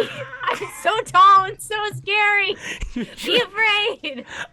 It's so dark down here. As you shrink down even further, now you're only 3 feet tall, and these kids begin to try to wallop the fuck out of you. Go ahead and give me a grit roll. I'm gonna make 3 attacks on you, okay? Okay. Great. Blow up. Okay. Oh, Yeah. I didn't do it. I did blow before. I did that. Okay, so it's right now. It's 7. I blow up again. You blow up again. Oh my god. Yes. Okay, double blow up. Excellent. Okay. And I only add my thing once, right? Yes, the on thing the I get first from one, my yeah. skill. Okay. So I'm at 11 right now. Okay, that is I have to do my 4, 3, 11. 13 in total. 13. Okay. 2 attacks are going to hit you. You're able to resist the first one, though. As you're able to kind of get your arm up, a bottle like slashes into it's like stabs into you. You're able to like flick your arm and flick it away as it shatters on the ground. But then a bat slams into your temple, and then a foot kicks into your ribs. 2 injury levels over to you, Nickel Smart. Now Aubrey 3 is down here. Aubrey 3, you see a villainous, terrifying figure being picked on by these kids, these nerdy loser kids. And all you can think of is Blindless Shrimp Die, the man who deceived and bested Aubrey 2. What do you do? You're also muted. Yes, Okay. I pop out from my the place where my pot is, and I'm gonna eat these kids. I gotta heal. Gotta eat these kids. All right, no problem. Yeah. Go. Okay, so kids uninjured. Go ahead and give me a brawn roll if you would like to attack them. Describe to me what you do. What you try to do. Should I roll first and then describe? Go ahead. Yes, absolutely. Cool. Okay. D12. Oh, I got an 11 and then +3. So you I think blow I up. blow up. Awesome. So you got a 14. So roll again. So I roll, and that's I roll a 20, or just a 12 again. Just a 12 again. Okay, cool. Okay, I got a 2. A 2. Okay. So you got so that'd be a 16 in total. Wow. Okay. Okay. So what I do is I hop up. I guess in this case I also crawl. I'm crawling a lot today. I crawl over to where these kids are picking on this clown. I straighten up and I say, I'm trying to think about a spiffy line. I guess I guess I'm like, you're not scared of clowns. And I think the kid who saw the happy clown on TV turns around, Okay. terrified, and I say, how about a person eating plant? And then I sort of lean down like this, and I just bite the kid's head off. So again, because there's an excess of kids in the scene, I'm gonna fully allow that to happen. As the kid goes, huh? And then suddenly, those are his last words. Huh are his last words. His last words were memories of Milky Moo and then confusion. As his head is gone, as you're able to heal 1 injury level away from gushing. Yes. As this kid dies immediately. These other kids look around. Here's what they do. They look towards Nicklesmart. They are like, we got your fucking number. We know how to beat you. We yell at you, then we kick you in the head until you die. They look back towards Aubrey 3 and they think, that's a plant that just killed my friend. We're gonna piss our pants and run away. All of these kids begin to run as fast as they can, back the way they came, away from this like shrunken, infant-sized Nicklesmart to flee as fast as possible. Yeah, you better run. You better run. It's not you we're afraid of. Yes, it is. No, it's not. We beat your ass. No, you didn't. And they exit the scene. You're able to see like a giant like sewer cover grate. They begin to go, and they kind of like latch that shut and close themselves off and escape. Aubrey 3 and Nicklesmart, here you are. Floor is yours. Hello. Hi. You're looking a little small there. I don't know what you're talking about. I'm 8 feet tall. What? Sure. Are you? You smell weird. Yeah, I've been in a pesticide poison filled flower shop for like 2 years, so I think some of it might have gotten on my leaves. Sorry about that. You're frightening. You frightened the children. Yeah, I kind of have that tendency with people. It's been very fun to frighten people. I see. I see. So, I have a proposition for you. Since I helped you out here, scared those kids away. What do you say we're two baddies in many senses of the word. What do you say about joining forces to wreak havoc on, I guess, your kids? Because I also have some people I want to wreak havoc on. Do these people have fears and doubts and insecurities? Yes. Yes. Delicious. There's a guy who is a little dweeb, so he's scared of everything. Oh, I love dweebs. They are gamey. Gamiest of dweebs. Yes. They have a lot of good meat on their bones. Yes. Which is funny because sometimes they need to go to the gym more, but that's beside the point. I say we get out of this. I agree. You are terrifying. And I think that will be good for me. Because I hate to admit it, but I am in a little bit of a sore spot right now. I've become quite small. Yeah, I think we need to get you big, because I will say you were terrifying. Thank you. I pride myself on that. I need some more fears. I gotta juice up and get big, and then we can eat the whole world. I think that's a reasonable goal. I think this is a very achievable goal. I agree. Yes. I agree. Okay, I will shake your leaf with my gloved pom-pom hand. This is the start of a beautiful friendship, Aubrey. I don't think you told me your name. Aubrey. Yeah, sorry. My name is Aubrey. I am Nickel Smart. I'm also Smart, psychic, yes. so this is fine. That's very useful. You could read people's minds and figure out their fears, I guess. Exactly. Wow. This town is done. Over. It's over. Okay. With that, you guys have the resolution to get out of the sewers, right, and kind of like exit. Nickel Smart, you're able to lead Aubrey 2 through the sewer systems until you are far away from the kids that know your weakness, to regain some of your strength. Again, you're about the size of like a Mr. Peanut looking ass, and so as you lead through, you come to a sewer grate far away from this chamber, like miles and miles away, and climbing up a ladder to exit out of this like manhole. As you kind of like move the manhole cover, you poke your heads out, you look over, and you're right in front of the Silver Star Hills Community Center. Ooh, it gives a foreboding tone. And with that, can we cut away?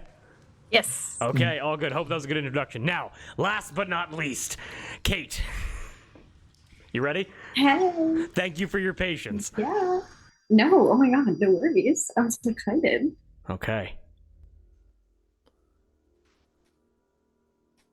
Just wait for the music to kick in. Where is it?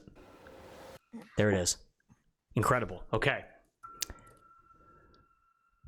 We cut to a stormy evening. Again, time, weather, none of it has to be canon. It just has to be cool for the character.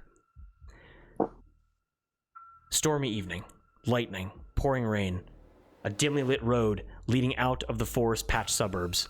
We see a girl, 20 years old, Adelaide, Arizona. She's running down the middle of the street, screaming for help. She has a jean jacket, a tank top, black jeans, and she's bleeding. She's a slash mark across her tricep and a stab wound in her back. Help! She's wobbling. She is very uneven. She trips and falls on nothing. Nothing was making her fall. She just fully tripped on literally just the asphalt. She falls down as the rain pouring down, blood pooling underneath her. She flips over her. There is something racing after her. It looks like a shadow. It looks like a ghost. And following the bloody trail coming from her wounds, we see a figure leap and stand over her, buck knife in hand. Kate, could you please give us a description of Shriekmouth as they stand over Arizona? Absolutely, yes. Shriekmouth has a white pale mask that's in the shape of a shriek, eternal shriek, of course. And other than that, he just really looks like part of the night landscape. Like, he blends in so well. And he's terrifying, and he has a buck knife that is like gleaming in silver and absolutely dripping, drenched in blood. Okay. As you stand over Arizona, again, your motivation for killing this person, completely unknown, both to you and to me. But murder her, you will. As you stand over her, she looks up at you, terrified. Do you have any words to say to Arizona? Any kind of exchange here?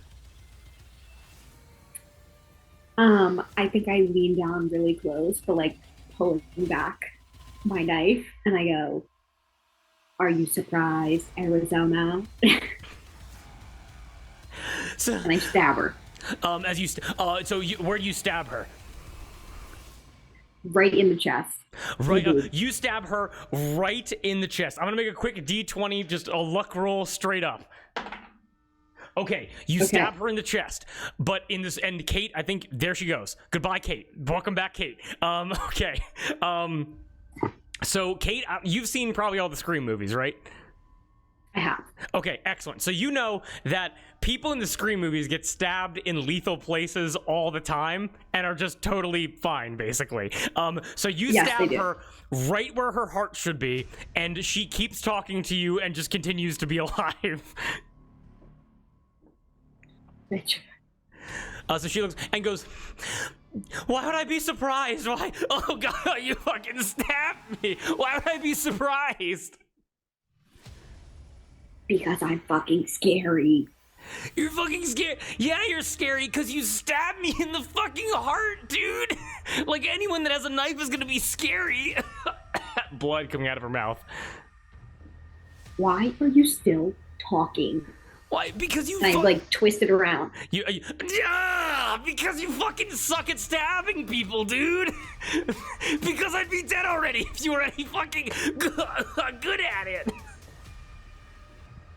I think I stab her again. You stab her again? You missed the heart again! How did you possibly? Shut up! She goes like, again, just like blood coming out of her mouth. Aren't you gonna like, didn't you ask that fucking house sitter? And kind of like spits blood, like mask, like on your like white mask covered in blood. Didn't you ask that fucking house sitter what their favorite film genre was? No, I asked what her favorite scary movie was. You didn't give me the pleasure, did you? You fucking ugly shriek mouth looking motherfucker. No, because I know you have bad taste. Yeah. Like the knife still like kind of twisting in her. She's like in a lot of pain. And she goes, yeah, I don't like scary movies. I'm more of a fan of animated films about vehicles. That's because you're a little bitch. And I think I headbutt her. You headbutt her. She's on the ground, fully unconscious, can't talk to you anymore. What do you do? Good. That's a great question. I think I have a really dramatic plan for displaying her body to everyone I know. Okay. So I'm gonna kind of stand up and like get my shit ready. Now that she can't talk to me, I want to make sure everything's perfect. Okay. For the final moment. Okay, no problem. Do you have any idea what this elaborate plan would be?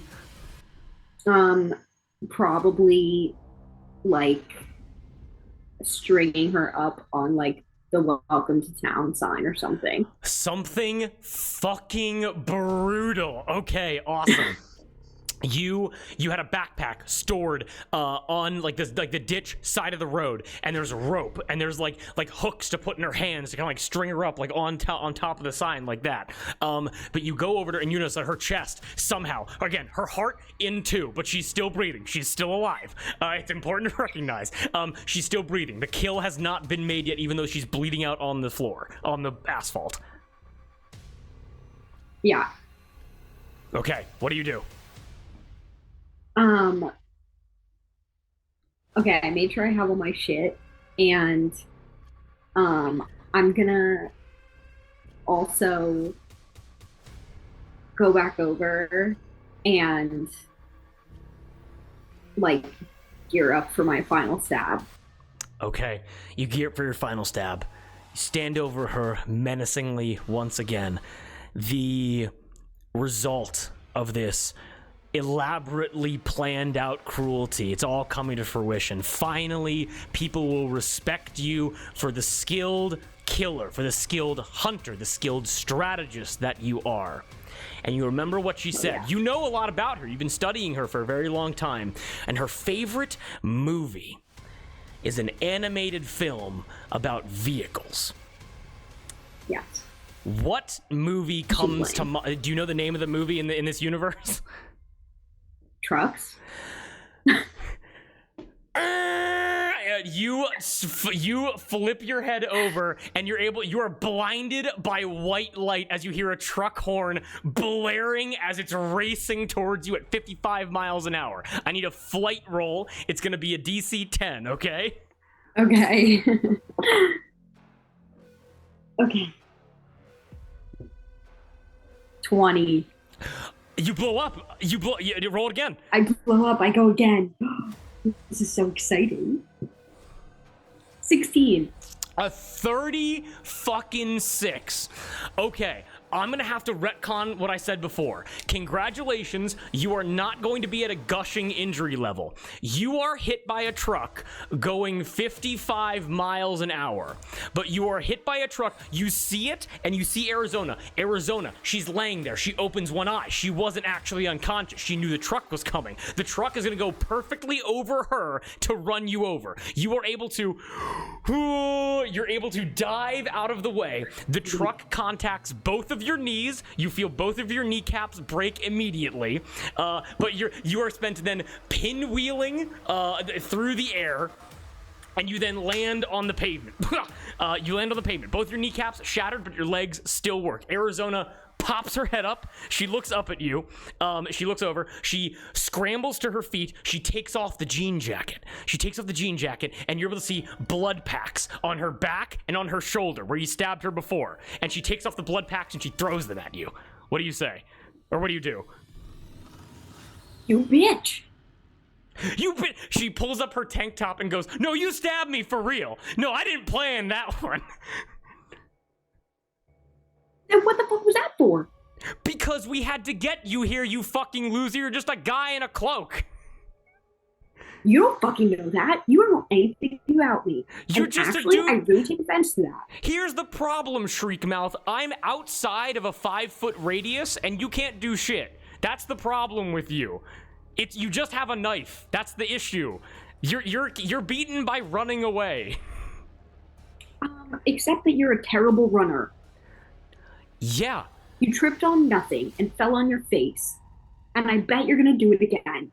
No, you know what? I'm not gonna fall on my face because I'm a passenger princess, and you're able to hear, and she opens up the door of the truck. It's like one of those like big like gravel trucks, like big section in the back, and she like climbs up and kind of like gets into the passenger seat. Do you say anything as she starts to like kind of talk to her friend to like start driving away? What do you do? Do I know who's driving? Give me a quick brain roll. I'm gonna say DC 10. Okay. That is a 5. That's a 5? Sadly, it is dark. You're not able to see exactly who this is, but you got to imagine, but you've been studying this person for a while. It's got to be one of her immediate friends, or potentially like a parent. You're not entirely sure, though. Okay. Is she still looking at me? So she gets in the truck, she closes the door, and she's looking at you through the window, like the rolled down window. Okay. I'm gonna sprint as fast as I can. Either around the back of the truck or underneath it to get to the other side of the truck. Okay, guys, you want to get to, like, the driver's side of the truck? As fast as I possibly can, like, channeling my inner shadow. Okay, go ahead and give me a flight roll. I'm gonna say it's gonna be like there's gonna be a DC 12 because you're able to hear as the truck like start driving away again. What'd you get? Okay. I blow up. Oh my god! Okay, roll Let's again. go! 10. You got a 30. Okay, awesome. You are able to. I shit you not. You are able to. What do you do? That's insane. What do you do? What do you do to this truck? I like. I limbo really fast underneath the truck, and then I rip open the driver's side door and stab that guy in the face. Okay. Okay, one, I just need to make sure I have the details up right here. Excellent. You toss open the driver's. Okay, so excellent. So again, your kneecaps are shattered. They're broken. The worst thing you could do, hyperextend your legs. You stay with your legs totally bent at a 90-degree angle. You've done a lot of core exercises. You strengthen your core. You limbo at a perfect 90-degree angle underneath the truck. You use just your arms, climb up the driver's side, throw open the door. And as you go to stab that guy in the face, give me a fight roll very quickly. Now, as you roll that fight roll, I'm just going to let you know that the guy driving this truck, his name is Wooly Bangalore. He's a football jock, and he's also the son of Jonathan Bangalore, who owns like the Bangalore Corporation, the milk factory. They opened the Shy Mall. He's like a very important like Nepo baby kid. Okay. Crick. Got it. 6. You got a 6. Okay, I'm gonna roll for him very quickly to see if he. Okay, he blows up. That was only a D4, so he blows. So you gotta get a 2 or higher on this. He gets a. Okay, so he gets a 5. So as you stab with your buck knife, he moves his head to the side as the knife plunges into the polyester right behind him, like the headrest behind him. As you're now on the side of this truck, as his action is to slam on the gas and start going 55 miles an hour again, as you're now hanging on the outside of this truck with an open door, knife plunged into the seat, as you're now racing down the road. What do you do?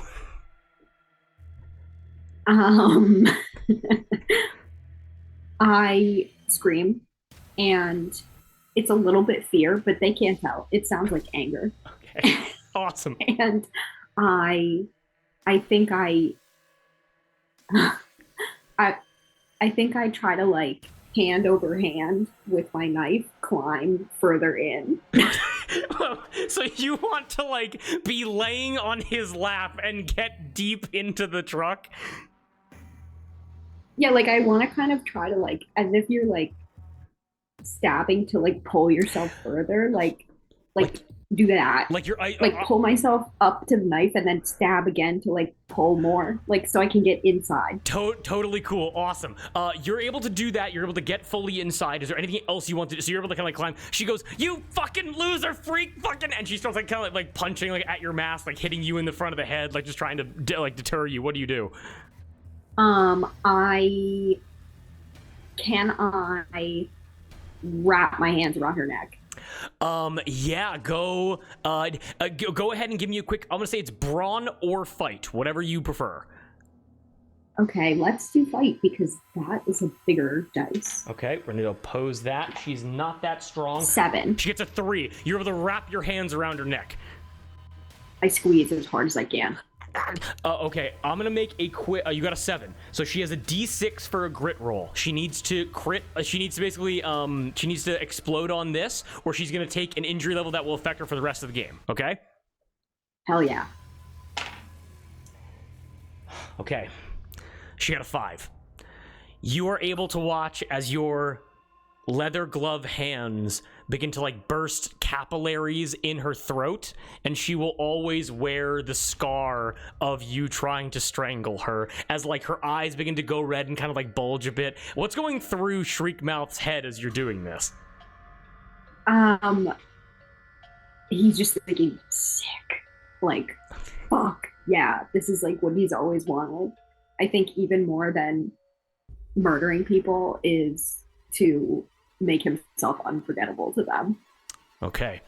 And unforgettable you will be to these people, both because of the squeezing of the throat and also because of what happens next, as you're able to watch as Wooly Bangalore, going 55 miles an hour with both feet, slams on the brakes as hard as he can, And again, you are laying on top of these people, strangling Arizona as they have their seatbelts on, but you do not. You're laying across them. So what happens is the truck slams to a halt, and your fingers begin to slip, and it's like the world begins moving backwards away from you because your back contacts the inside of the windshield, slams through it. You get thrown 5 feet in front of the truck and slam and roll onto the asphalt. Damn. Ow. Go ahead and give me one more flight roll. This is going to be a DC 8. Okay. 16. 16. You're able to watch as the truck begins flooring it towards you to try to run you over. You are able to dive out of the way as the truck floors it away and disappears down the road. These fucking bitches. They didn't even stick around and make sure they killed me. That's so rude. I'm a formidable threat. You're just saying this to yourself. Yeah, just talking to myself. And my little voice changer that's like built into my mask, I think from a car crash would start malfunctioning, as it sometimes does. So my voice just sounds really high pitched.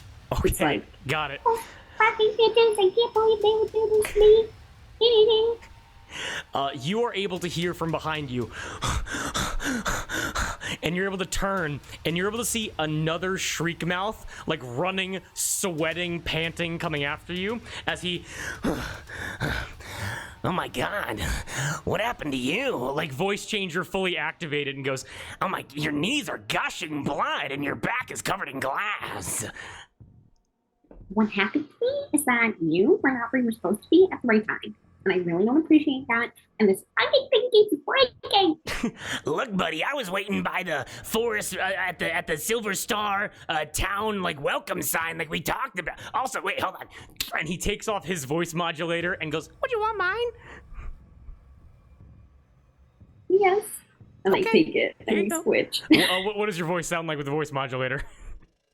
It's like this very sounds like it's coming through a cassette tape, but like deep and menacing. Okay, got it. Makes sense. So, okay, well, I'll I imagine can't that, do you know- it, so everyone has to use their imagination. No problem. But now my voice has to go high pitch, so perfect. As it goes. So, like, I mean, I think it'd be kind of foolish to go back now because you seem pretty messed up. Like, you look really Yeah, hurt. no shit, idiot. Yeah, like you're okay. Look, you're the one covered in blood. I'm turning into Mickey Mouse. I was at the sign, so that's where I was supposed to be. Listen, Vicky, you're also supposed to anticipate changes and roll with the punches, and it seems like you can't do that. Anticipate changes like you losing? No. Like unforeseen circumstances.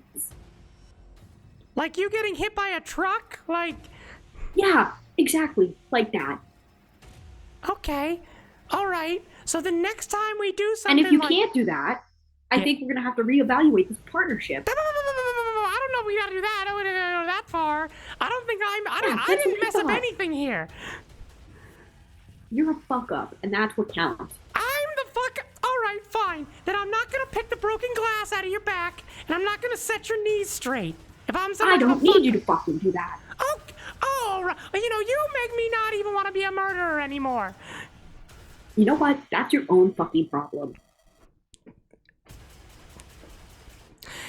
Go ahead and give me a D20 roll. We're gonna see if Mickey just quits being Shriek Mouth.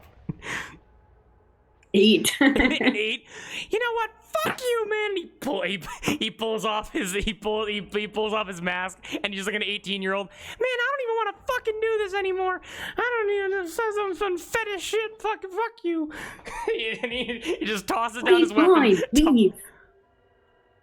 These robes fucking suck. I'm always sweating my balls off and I'm running after people and they keep throwing shit at me when I'm going up the stairs. Well, I mean, listen, you gotta expect that stuff. This is what I'm talking about. Oh, no. I'm gone. I'm not doing this anymore. You're on your own. Fuck you. Fuck you, Nikki. Get out of here. Okay. That's gonna drastically change the vibes of this. Burning bridges so fast. All right. Shriekmouth, you're now standing there in the rain with 2 shattered kneecaps, glass in your back, and no friend to help you. What do you do? Well, I am thinking about how I'm gonna get a new henchman. And I think I'm gonna just start walking home. Okay. It's the pouring rain. I'm gonna take a slow walk to think about how this went wrong and how I'm gonna improve. Shriekmouth, it's the pouring rain. And you're covered in like 9 layers of black cloth. You have sweat from the top of your head to the deepest crack of your ass. And this is in addition to the pouring rain. You have your shoulders are kind of slumped and like your buck knife is by your side. And you're just walking down the double yellow lines of this road, going to nowhere. Is there anything else is anything else like going through your mind as you've been like you had Mickey quit. Mickey was your ride or die, and it seems that Mickey was kind of riding the fence on that. But your quarry got away. What are you thinking? I am feeling devastated, and I know I'm my own worst critic, but I feel extremely inadequate. And that's a hard feeling to have, and it's making me full of rage. I think that, as you're walking, like anxiety and the unsureness of yourself, I feel like we've all experienced this, where it can turn into anger. It can be pointed towards being your worst critic, and it can make it really hard to murder people. And so like as you're walking along, it's like rage kind of building up inside of you.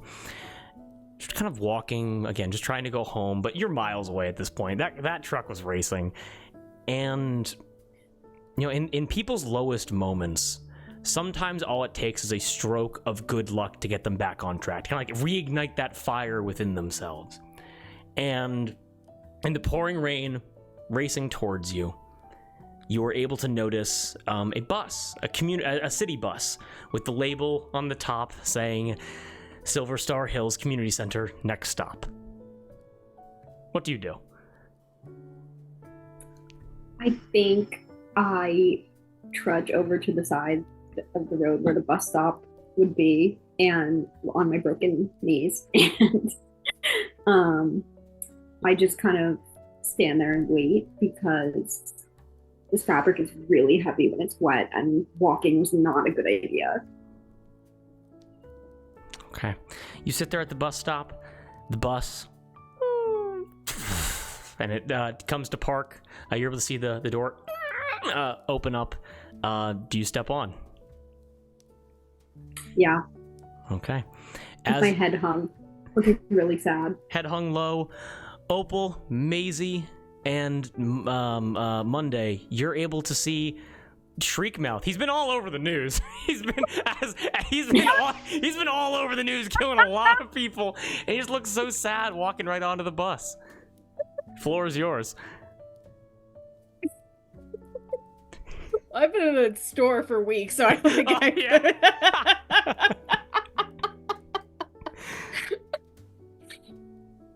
Oh my god. They don't have cable on the farm. Yeah. True.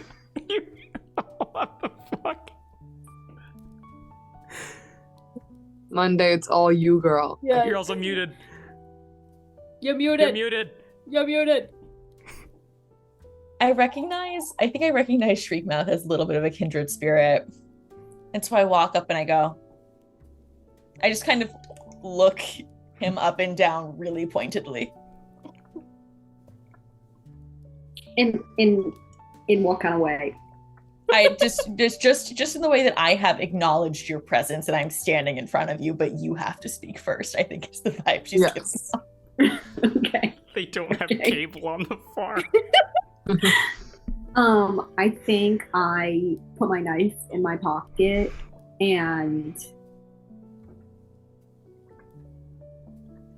I don't even know if I have anything to say. I think I just kind of go, what? That's a nice knife. Thank you. It's my favorite. Did you sharpen it recently? Yes, and I polished it. Mm. Nobody else even noticed. I noticed. I'm Monday. I'm Shriek Mouth. We should fix your knees. Unless you want them like that. That would be so nice. It actually hurts really bad. Okay, Wednesday, like, wordlessly turns And I think I sit down in a bus seat. And then I think she goes, Thingy, can you make it work? Wait, what do you want the hand to do to fix these knees? I want him Fix to them. I want him to fix them, Drew. Oh, I'm so sorry. I thought I misheard you. I want him I feel like he has a little I feel like he's like has those abilities. And I think Wednesday she has gotten enough injuries. He has healed Shih Tzu enough times that like he's got it's a magic hand. Yeah. Of course. Oh, thank you, Reed. I appreciate that. Yeah. Sorry, it wasn't clear. Okay. What Thing, Thingy do your does thing. is Thingy is a very It goes like this. yeah. So okay. So here's the thing. But Wednesday's gonna backseat drive and be like, no, to the right. That bone is shattered. You need to I don't know any names of bones.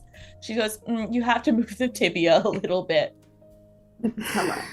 So the cap. a lot of people think the best massages are from elbows. Thingy knows that's wrong. Thingy knows it's all in like the balls of your hand.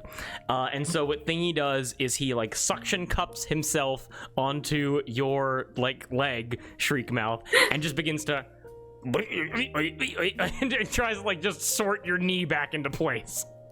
And while this is happening, I think Wednesday goes, my brother Shih Tzu gets injured a lot because he's so obsessed with the rack. And so his bones are constantly breaking and Thingy just fixes it. So.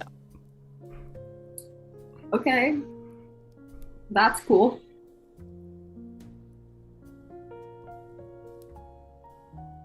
Is What the is the blood rack? yours or someone else's? Both. Nice. You know, when my dad's knees stopped working, I just fed him to an alligator. That Would is you a like to be fed really to an good alligator? idea. No, but I think maybe I should feed someone else to an alligator. I mean, I just thought I'd throw it out there. You know, I mean, obviously we just met. I'm not gonna do that. You'd have I to used to give have a me pet his. alligator. Has he been hungry lately? No, he got into our arsenic supply and Oh. then became way too cheerful. So we set him loose. Cannot I think the have school children enjoyed it. Oh, so now there's an alligator running loose, and so we can feed someone to that alligator. Is what I'm hearing. Yeah. Hi, by the way, I'm It still might be- I'm still in this purse. Oh. Wednesday. I can get up. I can get up. I didn't. This bus Okay. driver seems very nonchalant about this I whole just figured situation. you like enclosed spaces. I feel really most don't. comfortable. I really Wait. don't. What is up with the bus driver? Well, Like, is he listening to this? Are we driving? No, Like, what's that Monday's man gonna up walk to? up to the bus driver and goes, "What's your deal?" I'm just some old lady driving buses around, picking up colorful characters and just seeing the life from the inside of this rectangle. Suspicious. And then she just walks away and she goes, All right, Final stop, Silver Star Hills Community Center. Anyone that wants to get off, you cannot sleep on the bus, so I recommend you get off. Okay. I think if my legs are fixed, I will stand up, and I just will kind of like turn my back to the bus driver and whisper to everyone, should we feed her to the alligator? I think we need to. I think it's kind of hibernating now because it did eat 20 children. And honestly, like, wow, that's impressive. I if I may interject, the alligator outside the alligator at the lake near the farm in the town hasn't eaten since it ate my daddy. when did it do that? Yeah, earlier. Okay. A girl's gotta eat though. Yeah, why don't you give the... We're whispering, by the way, even though the bus driver doesn't seem to give a shit. Of course. Tell the bus driver to go... Sorry, your accent's just really... I can't... It's infectious. It's a compliment. Thank you. Of course. Okay, I got it back now. Listen, just tell the bus driver to go to your farm and, say hi to the alligator. All right. I mean, she does owe it to me since she T-boned my car. Exactly. You know what? She deserves it. Absolutely. Yeah. I kind of got T-boned today too. Man, this bus driver deserves to die. Exactly. More Hey, than bus my driver, you deserve to die. I don't. I must need to get my hearing checked because I can't hear a thing. All right, and then I actually go and tap her on the shoulder because her hearing is so bad. So, and I do a little dance for her, so that she'll take us back to the farm. Okay. So you start dancing like la da da da da da la da da da. Okay, excellent. It's just like my parents. Nickel Smart and Aubrey 3. You guys pop out of a manhole and you're able to see a doll, a soaking wet shriek mouth with bad knees, a dancing woman, a weekday all in black, and you're able to see an old bus driver and all of these, like, you guys have like probably seen like all these villains like been talked about before, and they're all just on this bus as Opal just starts fucking cutting the rug with everybody. I turn to Aubrey 3 and I go, strength in numbers. Oh, hell yeah. Yeah. Let's go give them a little greeting. Okay. Go say hi. Okay. Onto the bus. Out of the sewer. Onto Nickelmouth has grown like Nickelmouth? God, I'm like Nickelmouth. Is that what happens when they kiss? Ship names, damn, we're already there. Okay. Nickel Smart and Aubrey 3 and diversity tokens, fucking Nickelmouth. They walk onto the bus as the bus driver looks to you, Opal, and goes, is this interpretive dance supposed to command me to do something? Yes. We're supposed to go to the farm. You really should listen to what we say because otherwise it will probably go very poorly for you. I'm sorry, but I was supposed to. I heard whispering, and all of you are murderers, so I've been trying to avoid eavesdropping. Well, so she's really pissing me off, and I have a pretty short temper, notably so.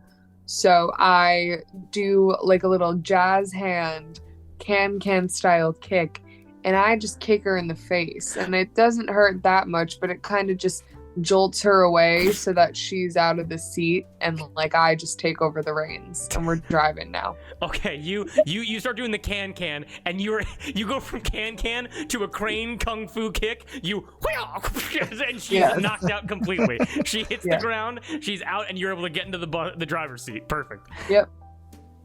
And then also, by the way, there is now a Venus flytrap and a clown on the bus. Well, howdy. Oh, that looks like an alligator.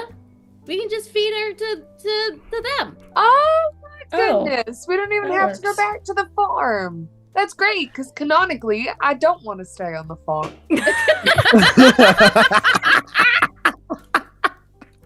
Would you I say you're usually prefer my- afraid of staying on the farm? You know, I don't know. I'm not sure if I like your tone, so I'm just gonna not answer that question. I'm gonna go back to dancing. What kind of brand are you? Are you some kind of clown doll? I don't think I recognize your model. I'm not a doll. I'm very tall and very intimidating and No, very you're scary. the same. You're a little taller than me, yeah. So you're tall in that regard. I'm but- taller than you. That's right. That's correct. All right, honey. All That's right. all that matters.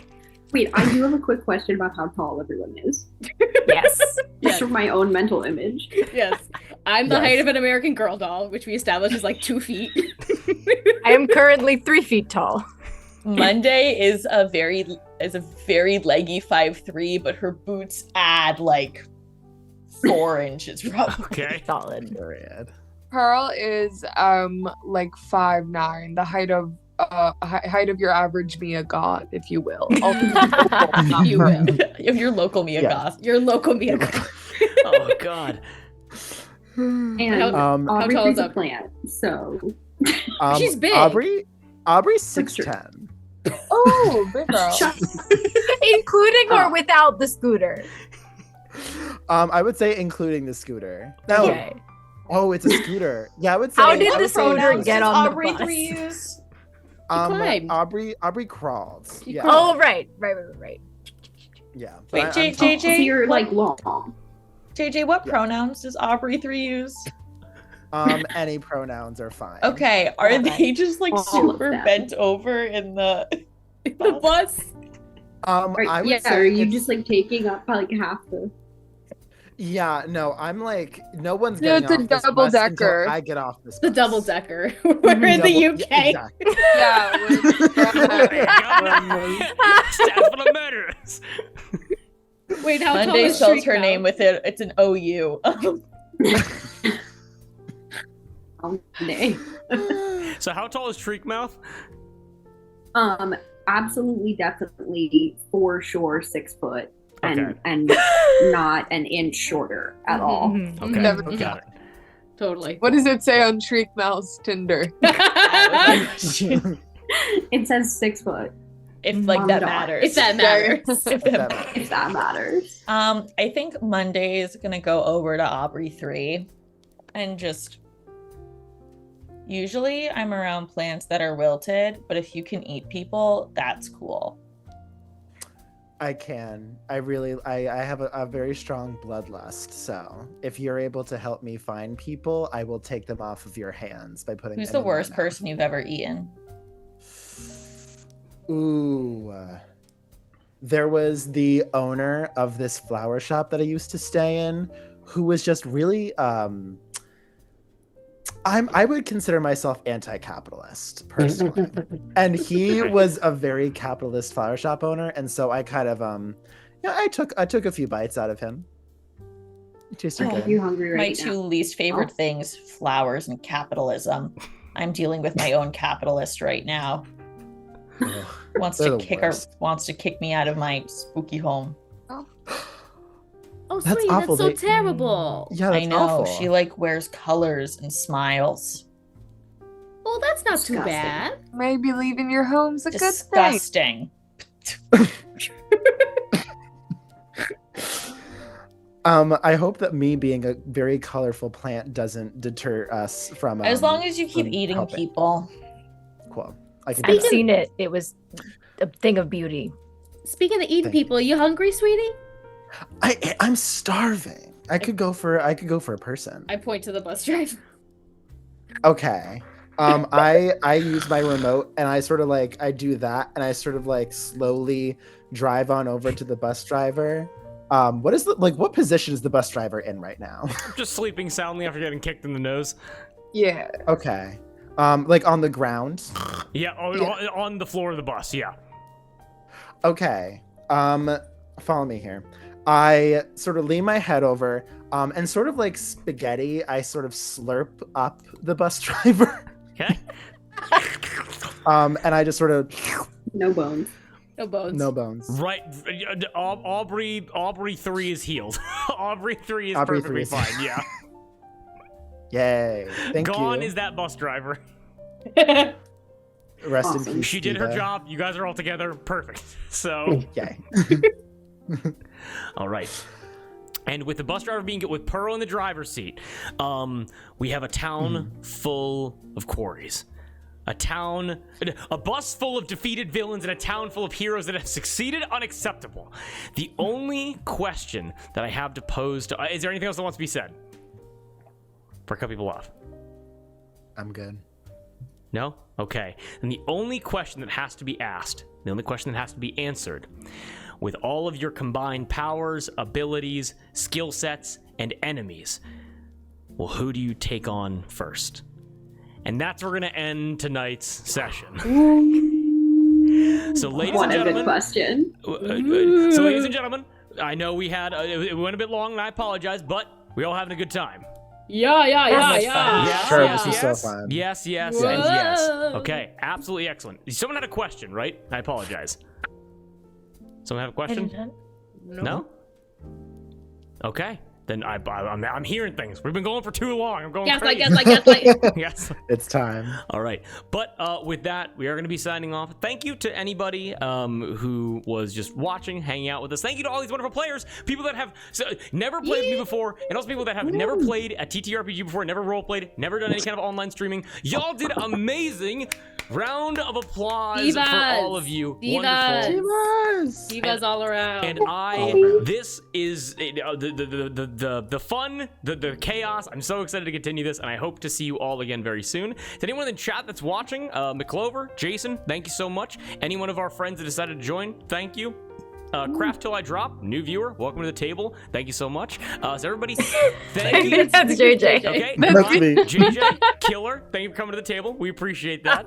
And to everybody, JJ2 is in this episode. JJ2 is in this episode. and this vexes me.